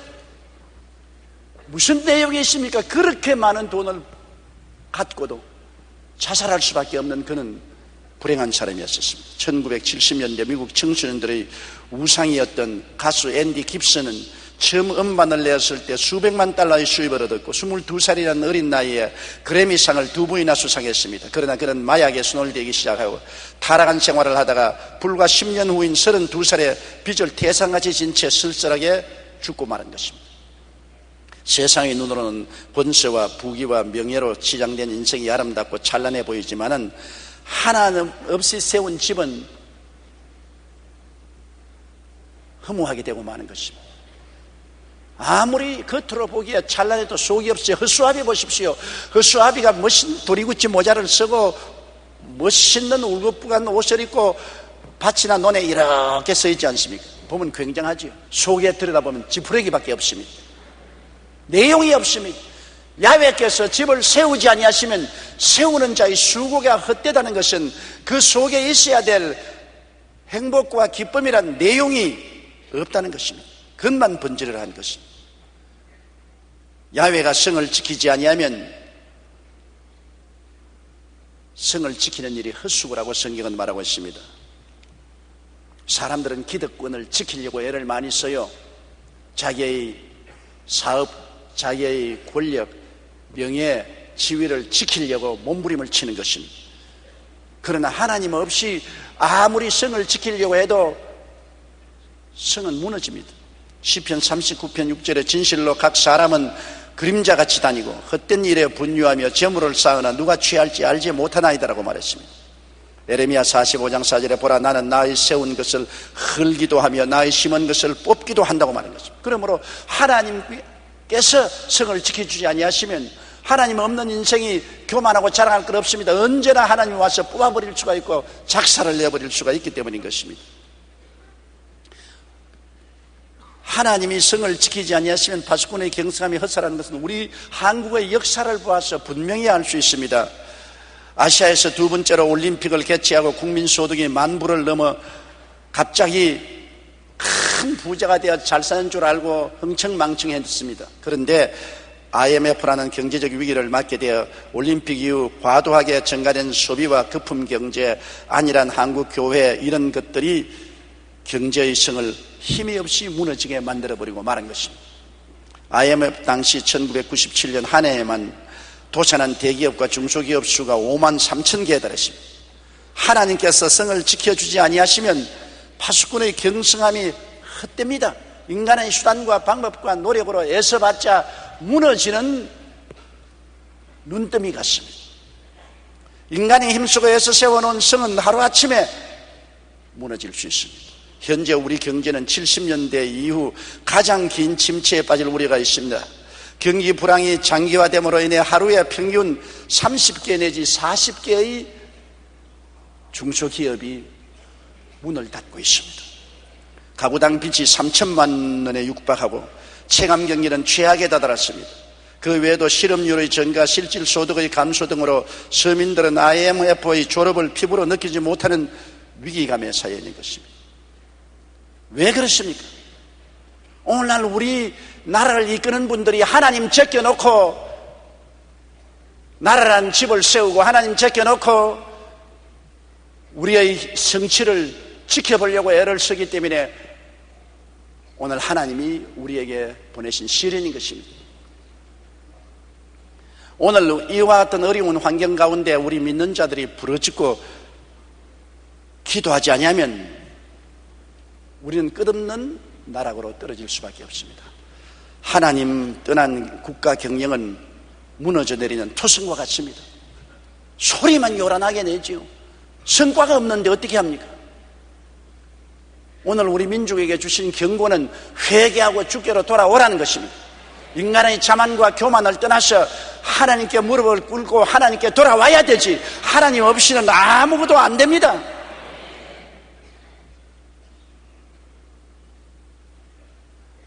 사람이 마음으로 자기 길을 계획할지라도 그 발걸음을 옮기는 이는 하나님이십니다. 하나님 제껴놓고 온갖 계획 다 세워보십시오. 되는가?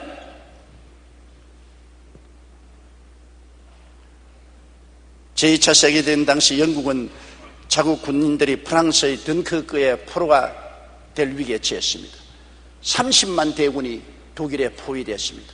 풍전등화와 같이 됐을 때 전 국가가 국민이 기도의 날을 선포하고 하나님께 부르짖어 기도한 결과로 그 30만 대군이 한 사람도 잃지 않고 철수해서 영국을 구할 수 있는 큰 역사가 나타났던 것입니다. 오늘날도 오늘 우리에게 필요한 것은 한국 교회가 하나님께 엎드려 기도하는 것입니다. 한국이 경제적으로 그들이 나고 난 다음 그때야 정신 차려봤자 무슨 소용이 있습니까? 성장의 기반이 다 무너지고 모든 기업이 끝장이 나고 난 다음 그때 정신을 차리면 늦은 것입니다. 우리 속담에도 소 잃고 난 다음 외양간을 고쳐봤자 소용이 없는 것입니다. 지금 우리 정치 지도자들이 정신을 차리고 잠에서 깨어나야 되는 것입니다. 우리 한국 국민을 두고 새로운 정치 시험을 할 때가 아닙니다. 지금 경제가 가라앉고 삶이 고통스러운데 이건 제껴놓고 난 다음 정치인들 모여가지고서 앞으로 미래사를 이야기하는 것이 아니라 과거사 문제에 매달려 있습니다. 내내 지나간 과거에 네가 잘못했다, 너 잡아야 냈다, 너 심판해야 냈다 일만 하고 국민들은 현재 생활의 고통과 괴로움에 처해 있는데 내일의 희망을 주는 일을 안 하고 있으니 우리가 볼 때 답답하지 아니할 수가 없습니다. 어떻게 지금까지 세워놓은 나라입니까? 얼마나 많은 우리 형제들이 눈물과 고통과 괴로움을 겪어가면서 건설한 나라가 오늘 우리 눈앞에서 무너져가고 있습니다.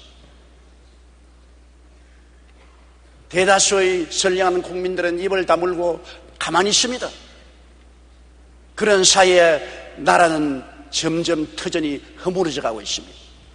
우리가 걱정하지 아니할 수 없고 기도하지 아니할 수 없습니다.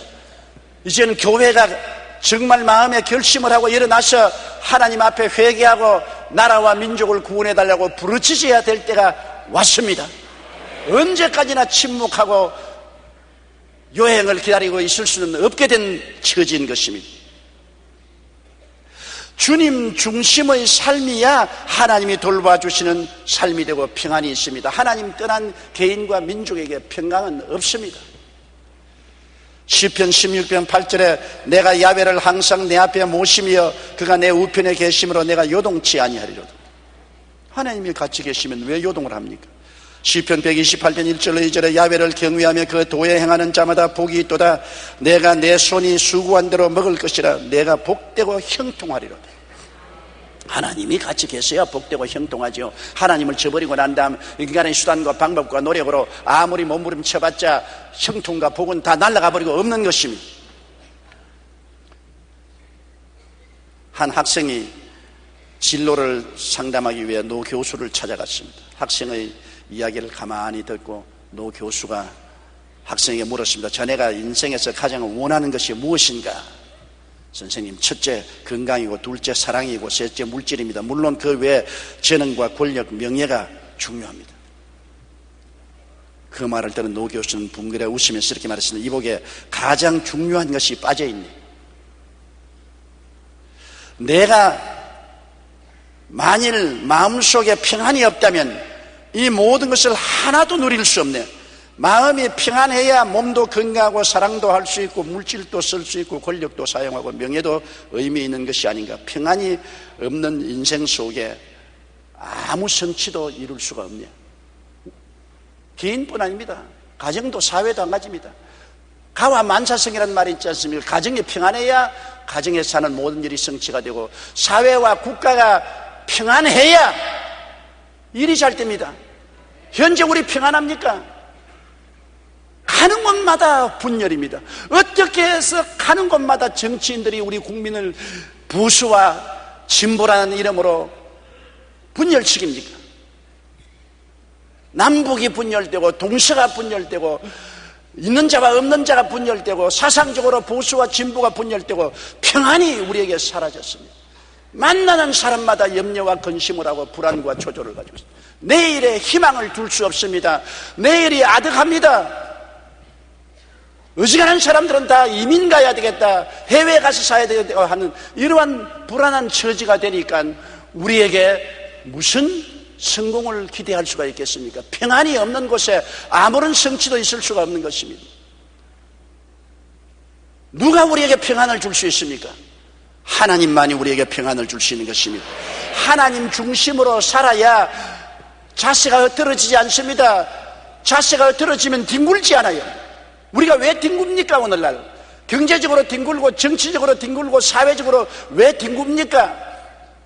왜 흑판에 뒹굴어집니까? 그것은 중심을 잃었기 때문인 것입니다. 하나님 중심으로 돌아와야 뒹굴지 않습니다. 하나님 중심에 서야 되는 것입니다. 개인도 가정도 사회도 국가도 중심이 잡혀야 되는데 중심이 흔들리면 뒹굴어 넘어지고 마는 것입니다. 둘째로 역사의 중심은 하나님이십니다. 하나님은 인류 역사를 지으시고 그 역사의 중심이 되시면 역사를 다스립니다. 인간은 오만해서 인간이 역사의 중심이고 역사를 다스린다고 말합니다. 북한의 주체사상의 내용이 뭔지 압니까? 김일성이나 김정일의 주체사상입니다. 우주의 중심은 인간이고 인간이 역사를 만든다는 것입니다. 말할 수 없는 교만과 오만입니다. 어떻게 인간이 우주의 중심이고 인간이 역사를 만듭니까? 그런 오만과 교만한 말을 하기 때문에 하나님께 버림을 당하고 하나님께 징계를 당하고 있는 것입니다.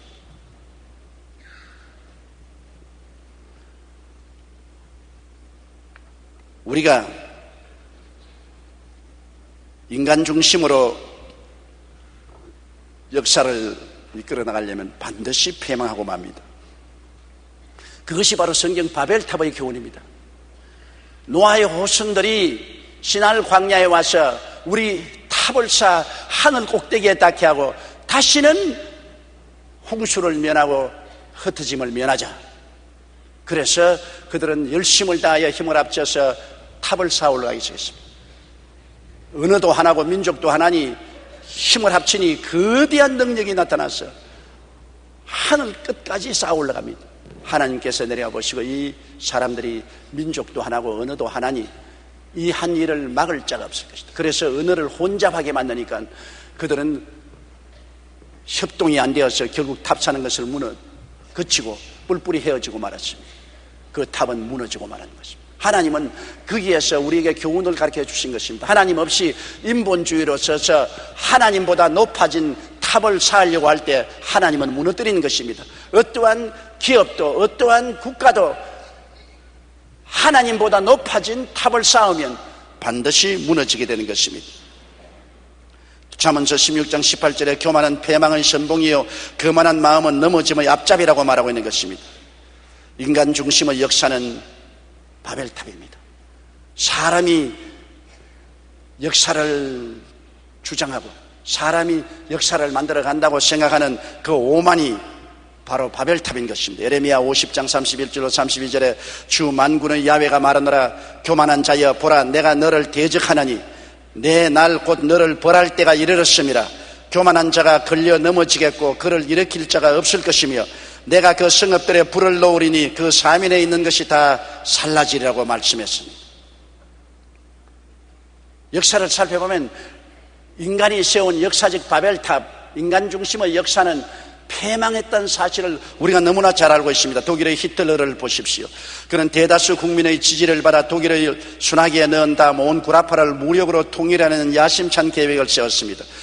자기가 주축이 된 제5공화국이 적어도 1000년 동안 왕성할 것이라고 큰 소리를 쳤습니다. 그러나 그가 한 것은 온 구라파를 초토화하고 유대인 600만과 자기 자국민 500만을 죽인 비참한 전쟁을 일으켰고 그 결과 패전으로 말미암아 자기도 본총 자살하고 말한 것입니다. 일본 제국주의도 마찬가지 아닙니까? 하나님을 무시하고 천황을 신처럼 떠받던 일본 제국주의는 대동아 공영권이라고 해서 온 동남아를 지배하는 야망을 품었습니다. 그 야망을 이루기 위해서 한국을 침략하고 만주를 침략하고 온 동남아를 시선혈애로 만들었습니다. 그러나 자기들 마음대로 역사가 돌아갔습니까? 아닙니다. 결과적으로 그들의 계획은 실패했고 원자 폭탄 폭격을 맞아 일본 제국주의는 막을 내리고 마는 것입니다.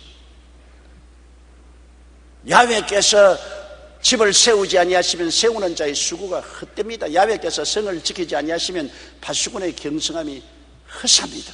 인간 중심으로 했던 공산주의도 똑같은 결과를 낳았습니다. 하나님은 없다라는 인식 아래 교회를 파괴하고 성직자들을 죽였으며 많은 사람을 배고픔과 고통에 몰아넣었던 공산주의. 그들은 하나님을 밀어 제껴버리고 공산주의 이념으로 세계를 적화 통일하겠다고 큰소리쳤지만 70년 만에 비참하게 붕괴되어 버리고 마는 것입니다. 하나님을 떠난 인간 중심의 역사는 실패한 사실을 우리는 너무나 잘 보고 있는 것입니다. 영국의 세계적인 사학자 아놀드 토인비는 세계 역사에 나타났던 21개의 문명 중에 19개가 멸망했는데 그 중요한 원인은 무신론과 전체주의라고 말했습니다. 에크론 대학 교수인 팅커스는 역사 이래 21개의 문명이 있었는데 그 멸망 원인은 한결같이 하나님의 뜻을 거스린 데 있다고 말한 것입니다. 하나님을 저버리고 독재주의를 행하는 국가는 역사적으로 망했고 문화도 망한 것입니다. 우리 경계선의 북쪽에 있는 북한이 어떻습니까? 하나님을 믿지 아니하고 교회를 회파하고 성직자들을 강제노동소로 보내고 독재 전제주의를 행하고 있습니다. 반드시 무너집니다. 그거는 과거 역사가 우리에게 증명하고 있는 사실입니다. 하늘에 계신 하나님이 앉아서 웃고 계십니다. 인간이 어떻게 우주의 중심이 되며 역사를 지배할 수 있습니까? 그것은 하나님에 대한 도전이요, 하나님은 그러한 도전을 절대로 허락하지 않습니다. 과거 역사 바벨론, 아수르, 바사, 로마, 헬라 등의 강력한 국가들은 그 당시 사람들 보기에는 영원히 지속할 것 같았지만 그들이 하나님을 버리고 인간 중심의 역사를 추구한 결과 지금은 역사의 뒤안길로 사라져버리고 기억에도 지어져가고 있는 것입니다. 역사학자 찰스 버자든 말하기를 하나님의 심판의 맷돌은 아주 천천히 도는 것 같아도 반드시 모든 악을 완전히 분쇄시킨다고 말한 것입니다. 하나님을 대적하는 국가나 역사, 인본주의적인 국가와 역사는 반드시 멸망하고 마는 것입니다. 국가가 주님 중심에 앉으면 정치, 군사, 교육, 경제, 문화가 다 중심을 잃고 흔들리고 흐트러집니다. 지금 우리나라가 그래도 중심을 잡고 있는 것은 우리 국민 중 30%가 하나님을 경외하고 있기 때문인 것입니다. 한국 민족의 중심추가 지금 교회에 있습니다. 우리나라의 역사의 추가 교회에 있는 것입니다. 우리 국민의 30% 이들이 흔들리는 우리 한국의 현실과 역사를 중심을 잡고 있는 추가 되어 있는 것입니다. 시편 37편 28절에 야훼께서 공의를 사랑하시고 그 성도를 버리지 아니하시미로다. 저희는 영영이 보호를 받으나 악인의 자손은 끊어지리라고 말씀했습니다. 시편 16편 3절에 땅에 있는 성도는 존귀한 자니 나의 모든 즐거움이 저에게 있다고 말한 것입니다. 우리 성도들은 하나님이 존귀하게 보고 모든 즐거움이 우리 성도에게 있다고 말씀한 것입니다. 한국을 바라볼 때 하나님의 즐거움은 한국에는 1200만 성도에게 있으며 하나님은 우리를 존귀하게 보아주시는 것입니다. 그래서 이 땅을 돌보아 주시고 우리 민족을 붙들어 주시는 것입니다. 신명기 28장 12절로 13절 우리 다 같이 소리내어 읽어보십시다. 야훼께서 너를 위하여 하늘의 아름다운 보고를 열어사 내 땅에 때를 따라 비를 내리시고 내 손으로 하는 모든 일에 복을 주시리니 내가 많은 민족에게 구워줄지라도 너는 꾸지 아니할 것이요 야훼께서 너로 머리가 되고 꼬리가 되지 않게 하시며 위에만 있고 아래에 있지 않게 하시리니 오직 너는 내가 오늘날 내게 명하는 내 하나님 야훼의 명령을 듣고 지켜 행하며. 보십시오. 하나님께서 하나님을 경외하고 섬기는 백성들을 있기 때문에 이와 같은 은총을 베풀어 주시는 것입니다. 우리나라가 오늘 이만큼 잘 사는 것은 이 나라 가운데 하나님을 경외하는 백성들이 있기 때문에 그를 통해서 하나님이 이 나라를 높여주고 건져주시고 계신 것입니다. 하나님을 떠난 나라와 민족은 결국에는 망하고 마는 것입니다. 우리는 이 말씀을 늘 기억해야 돼요. 야훼께서 집을 세우지 아니하시면 세우는 자의 수고가 헛되며 야훼께서 성을 지키지 아니하시면 파수꾼의 경성함이 헛사로다. 아침에 일찍 누우며 일찍 일어나며 저녁에 늦게 누우며 수고의 떡을 먹음이 헛되도다. 하나님은 자기를 사랑한 자에게 잠을 주신다고 말씀하고 계신 것입니다.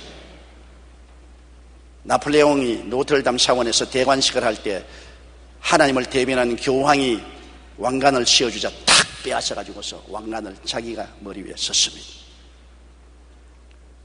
그것은 뭐냐면 황제가 되는 것은 하나님이 주신 권한이 아니라 내가 잘해서 황제가 됐다. 그의 아내 된 조세핀의 왕관도 자기가 씌워주었습니다. 나폴레옹은 황제로 등극하자 모든 권력이 그의 발 아래에 놓여졌습니다. 주위의 나라들도 그 앞에 앞다투어 복종했습니다. 이로 인해 나폴레옹은 오만이 더 극에 도달했습니다. 그가 러시아를 정복하려고 할 때 나폴레옹은 승리의 확신으로 가득 차서 한 귀족 부인에게 자신의 계획을 말했습니다. 그때 그 부인은 인간이 계획할지라도 그 일의 성취는 야훼께 있습니다. 그러니까 나폴레옹은 끌끌 웃으면서 계획도 내가 하고 성취도 내가 합니다. 소련 정복의 계획은 내가 세웠고 성취는 내가 하는 것입니다. 큰 소리하고 소련 정벌에 나갔다가 패전하고 돌아와서 얼마 있지 않아요 그는 왕위를 빼앗기고 생태 헬레나 섬으로 귀향을 가서 그 결과는 비참하게 죽고 마는 것입니다. 역사의 중심은 하나님이십니다. 그렇기 때문에 하나님을 떠난 인간이 역사의 중심이 되어 스스로 역사를 주관하려고 하면 실패할 수밖에 없는 것입니다. 셋째로 우주의 중심이 하나님이신 것입니다. 태초에 하나님이 천지를 지었었습니다. 하나님이 우주의 중심이요 우주는 하나님이 다스리지 아무도 다스릴 수 없습니다. 창세기 1장 1절에 태초에 하나님이 천지를 창조하시니라고 말했었습니다. 시편 103편 19절에 야훼께서 그 보좌를 하늘에 세우시고 그 정권으로 만유를 통치하시도다 말했습니다. 하나님이 지은 아름다운 천사장 루시퍼, 그가 우주를 뒤흔들려고 계획을 세운 적이 있습니다. 하나님의 보좌를 빼앗아 자기가 하나님처럼 동등하게 하려고 야망을 품었던 것입니다. 이사야 14장 12절로 15절에 너 아침의 아들 계명성이 어찌 그리 하늘에서 떨어졌으며 너 열국을 엎은 자여 어찌 그리 땅에 찍혔는고 내가 내 마음에 이르기를 내가 하늘에 올라 하나님의 별 위에 나의 보좌를 높이리라. 내가 북극 지표의 산 위에 좌정하리라. 가장 높은 구름에 올라 지극히 높은 자와 비기리라 하도다. 그러나 이제 내가 음부 곧 구덩이의 맨 밑에 빠치우리라. 어디 감히 지음을 받은 피조물이 지으신 창조주와 동등하게 하늘에서 보좌를 높이겠다고 말한 것입니다.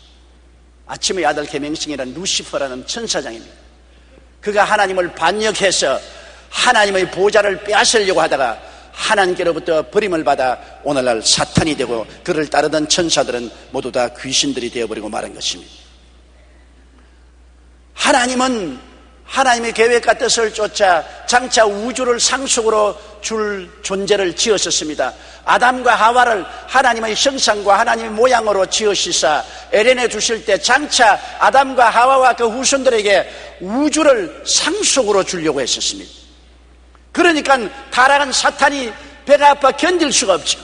하나님이 당신의 형상과 모양대로 지어서 우주를 상속으로 주려고 하니 자기가 도모하던 것을 아담과 하와가 가질 것으로 생각하고 너무나 가슴이 하고 뼈가 서리니까 아담과 하와를 하나님께 반역시키도록 했습니다. 창세기 3장 4절로 5절에 뱀이 여자에게 이르되 너희가 결코 죽지 아니하리라. 너희가 그것을 먹는 날에는 너희 눈이 밝아 하나님과 같이 되어 선악을 알 줄을 하나님이 아십니다. 너도 하나님처럼 될 수 있다. 자기가 시도해서 못한 것을 이제는 아담과 하와에게 꾀어서 또다시 하나님께 벌받게 하려고 너도 하나님처럼 될 수 있다. 그래서 아담과 하와가 꿰매 빠져 선악과를 따먹고 마귀가 쫓겨난 것처럼 그들도 에덴에서 쫓겨나고 말았습니다. 사탄은 하늘에서 쫓겨났고 아담과 하와는 에덴에서 쫓겨났습니다. 그러나 하나님은 인간을 구원할 계획을 세우시고 사탄과 달리 인간을 위해서 하나님의 모든 노력을 기울였습니다. 사탄은 스스로 타락했지만 아담과 하와는 꿰임을 받아서 타락한 것입니다. 스스로 타락한 자는 돌이킬 수 없지만 꿰임을 받은 자는 돌이킬 수 있는 것입니다. 마귀는 영원히 구원받을 수 없지만 아담과 하와는 마귀에게 꿰임을 받아 타락했기 때문에 스스로 다시 돌이키면 구원을 받을 수가 있는 것입니다. 그래서 하나님은 아담과 하와와 그 후손을 구하기 위해서 창조주 예수님을 보내신 것입니다. 요한복음 1장 14절에 말씀이 육신이 되어 우리 가운데 거하시며 우리가 그 영광을 보니 아버지의 독생자의 영광이라고 했습니다.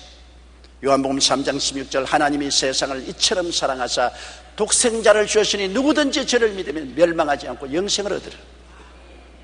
로마서 4장 25절에 예수는 우리 범죄함을 위하여 내어줌이 되고 또한 우리를 의롭다 하심을 위하여 살아나시느니라. 이 예수님께서 십자가에서 몸짓고 피를 흘려서 우리 인류의 죄를 대속한 것입니다. 하나님께서는 인류의 죄에 대한 정당한 심판으로서 사형을 내릴 수밖에 없지만은 하나님이 끝없는 사랑으로 인류를 구원하기 위해서 이 정의와 사랑의 갈등을 해결하기 위해서 하나님의 아들 예수님이 오신 것입니다. 우리 대신에 사람 심판은 심판대로 받고 그 다음은 그리스도의 깨어진 몸과 흘리신 피를 통해서 사랑을 베풀어서 구원을 또 베푸시는 거죠. 예수님 이외에는 심판받고 살아날 자가 없습니다. 사람은 한번 죽는 것은 정한이치입니다. 죽고 난 다음 영원한 멸망입니다. 예수님은 하나님 아들이요 죄를 지은 적이 없기 때문에 우리 대신해서 죄를 짊어지고 심판을 받아 죄를 다 갚고 또 살아날 수가 있기 때문에 예수님이 오셔서 우리 대신 짐을 지시고 심판을 받아 죽으셨다가 사흘 만에 부활하심으로 그리스도를 통해서 죄는 심판하고 또 하나님의 구원의 사랑의 손길은 나타날 수 있게 된 것입니다. 심판과 사랑이 예수 그리스도 안에서 완성될 수가 있는 것입니다. 이제 예수님은 하늘 보좌에 앉으셔서 당신을 사랑하고 믿고 기다리는 사람을 데리러 곧장 오십니다. 주님 오실 날이 우리 상상보다 더 가까워졌습니다. 세상에 돌아가는 형편이 그리스도의 오실 날을 암시적으로 우리에게 잘 보여주고 있는 것입니다. 데살로니가전서 4장 16절로 18절에 주께서 호령과 천사장의 소리와 하나님의 나팔로 친히 하늘로 쫓아 강림하시리니 그리스도 안에서 죽은 자들이 먼저 일어나고 그 후에 우리 살아남은 자도 저희와 함께 구름 속으로 끌어올려 공중에서 주를 영접하게 하시리니 그리하여 우리가 항상 주와 함께 있으리라. 그러므로 이 여러 말로 서로 위로하라고 바울 선생은 말씀하고 있는 것입니다. 우리가 장차 살 것은 무엇입니까? 하나님께서 우리에게 우주를 상속으로 주실 때 어떻게 하시겠습니까? 너무나 놀라운 사실이 요한계시록 21장 1절로 7절에 기록되어 있습니다. 우리 소리내어 한번 다 같이 읽어보십시다. 또 내가 새 하늘과 새 땅을 보니 처음 하늘과 처음 땅이 없어졌고 바다도 다시 있지 않더라. 또 내가 봄에 거룩한 성새 예루살렘이 하나님께로부터 하늘에서 내려오니 그 예비한 것이 신부가 남편을 위하여 단장한 것 같더라. 내가 들으니 보좌에서 큰 음성이 나서 가로되 보라 하나님의 장막이 사람들과 함께 있으며 하나님이 저희와 함께 거하시리니 저희는 하나님의 백성이 되고 하나님은 친히 저희와 함께 계셔서 모든 눈물을 그 눈에서 씻기시며 다시 사망이 없고 애통하는 것이나 공하는 것이나 아픈 것이 다시 있지 아니하리니 처음 것들이 다 지나갔음이라. 보좌에 앉으시니가 가라사대 보라 내가 만물을 새롭게 하노라 하시고 또 가라사대 이 말은 신실하고 참되니 기록하라 하시고 또 내게 말씀하시되 이루었도다. 나는 알파와 오메가요 처음과 나중이라. 내가 생명수 샘물로 목마른 자에게 값없이 주리니 이기는 자는 이것들을 유업으로 얻으리라. 나는 저희 하나님이 되고 그는 내 아들이 되리라. 이것이 우리 장차 체험할 하나님의 만드신 새로운 계획인 것입니다. 우리는 잠시 잠깐 동안 이 세상에서 염려 근심할 수밖에 없으나 앞으로 다가올 세계는 너무나 영화롭고 찬란하고 소망찬 곳입니다. 이것이 하나님이 우주를 지으시고 하나님이 우주의 중심이 되시고 하나님이 우주를 다스리고 섭리하신다는 것을 증명하는 것입니다. 하나님 이외에는 어떤 누구도 만왕의 왕 만주도 아니며 우주의 주인도 아니고 우주의 중심도 아닙니다. 하나님의 계획은 반드시 이루어지게 되는 것입니다. 끝까지 참고 예수를 믿고 하나님 기대하는 사람은 주님께서 말씀하신 이 아름다운 세계에 반드시 참여하게 되는 것입니다. 우주와 만물, 역사와 나라들, 개인과 인생의 중심은 반드시 하나님이 됩니다. 마귀도 중심이 아니요, 인간도 중심이 아닙니다. 하나님이 우주의 중심이요, 역사의 중심이요, 인생의 중심인 것입니다. 사탄과 인간이 하나님의 주권을 박탈하려고 온갖 노력을 다하시나 하나님을 떠난 집짓기, 하나님을 떠난 성지지키는 다 헛되고 말았습니다. 오직 하나님이 삶의 중심이 될 때만 우주도 역사도 인간의 삶도 중심이 잡히고 흔들리지 아니하고 안정되고 평안하며 하나님이 다스리시는 복된 삶이 이루어지게 되는 것입니다. 우리가 이 세상에 사는 동안 동남풍도 불고 서부풍도 불어요. 가시밭길도 지나가고 험준 산령도 넘어야 돼요. 그러나 중심이 확실히 잡혀서 우리 마음속에 평안과 믿음이 굳건하게 서면은 이 모든 일에 넉넉히 이길 수가 있는 것입니다. 그러나 중심이 잡히지 못하여 내둥거려지면 그 내둥거려 떨어진 곳에는 죄와 불의, 추악과 저주, 절망과 죽음의 늪인 것입니다. 그곳에서 후적거리다가 영원히 멸망받을 수밖에 없습니다. 중심을 바로 잡으십시오. 예수 그리스도를 믿고 아버지 중심으로 돌아오십시오. 그리고 아버지 중심으로 섰으면 아버지 하나님께 절대 복종하고 절대 믿고 의지하며 우리 아버지를 섬기십시오. 그러면 하나님이 여러분의 인생을 돌보아 주십니다. 다 같이 고개 숙여 기도드리겠습니다. 전능하시고 거룩하신 아버지 하나님, 중심이 흐트러지면 끄꾸러지고 넘어집니다. 뒹굴고 맙니다. 우리 아버지 하나님, 우리 개인도 중심을 바로잡고 사회와 국가도 중심을 바로잡게 도와주시옵소서.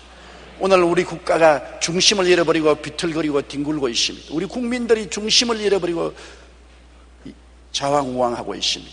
하나님 아버지여, 하루속히 예수 그리스도를 구주로 모시고 하나님 중심으로 돌아와서 하나님의 은혜로 사는 우리 개인, 가정, 사회, 국가 되게 도와주시옵소서. 예수님 이름으로 기도드리옵나이다. 아멘.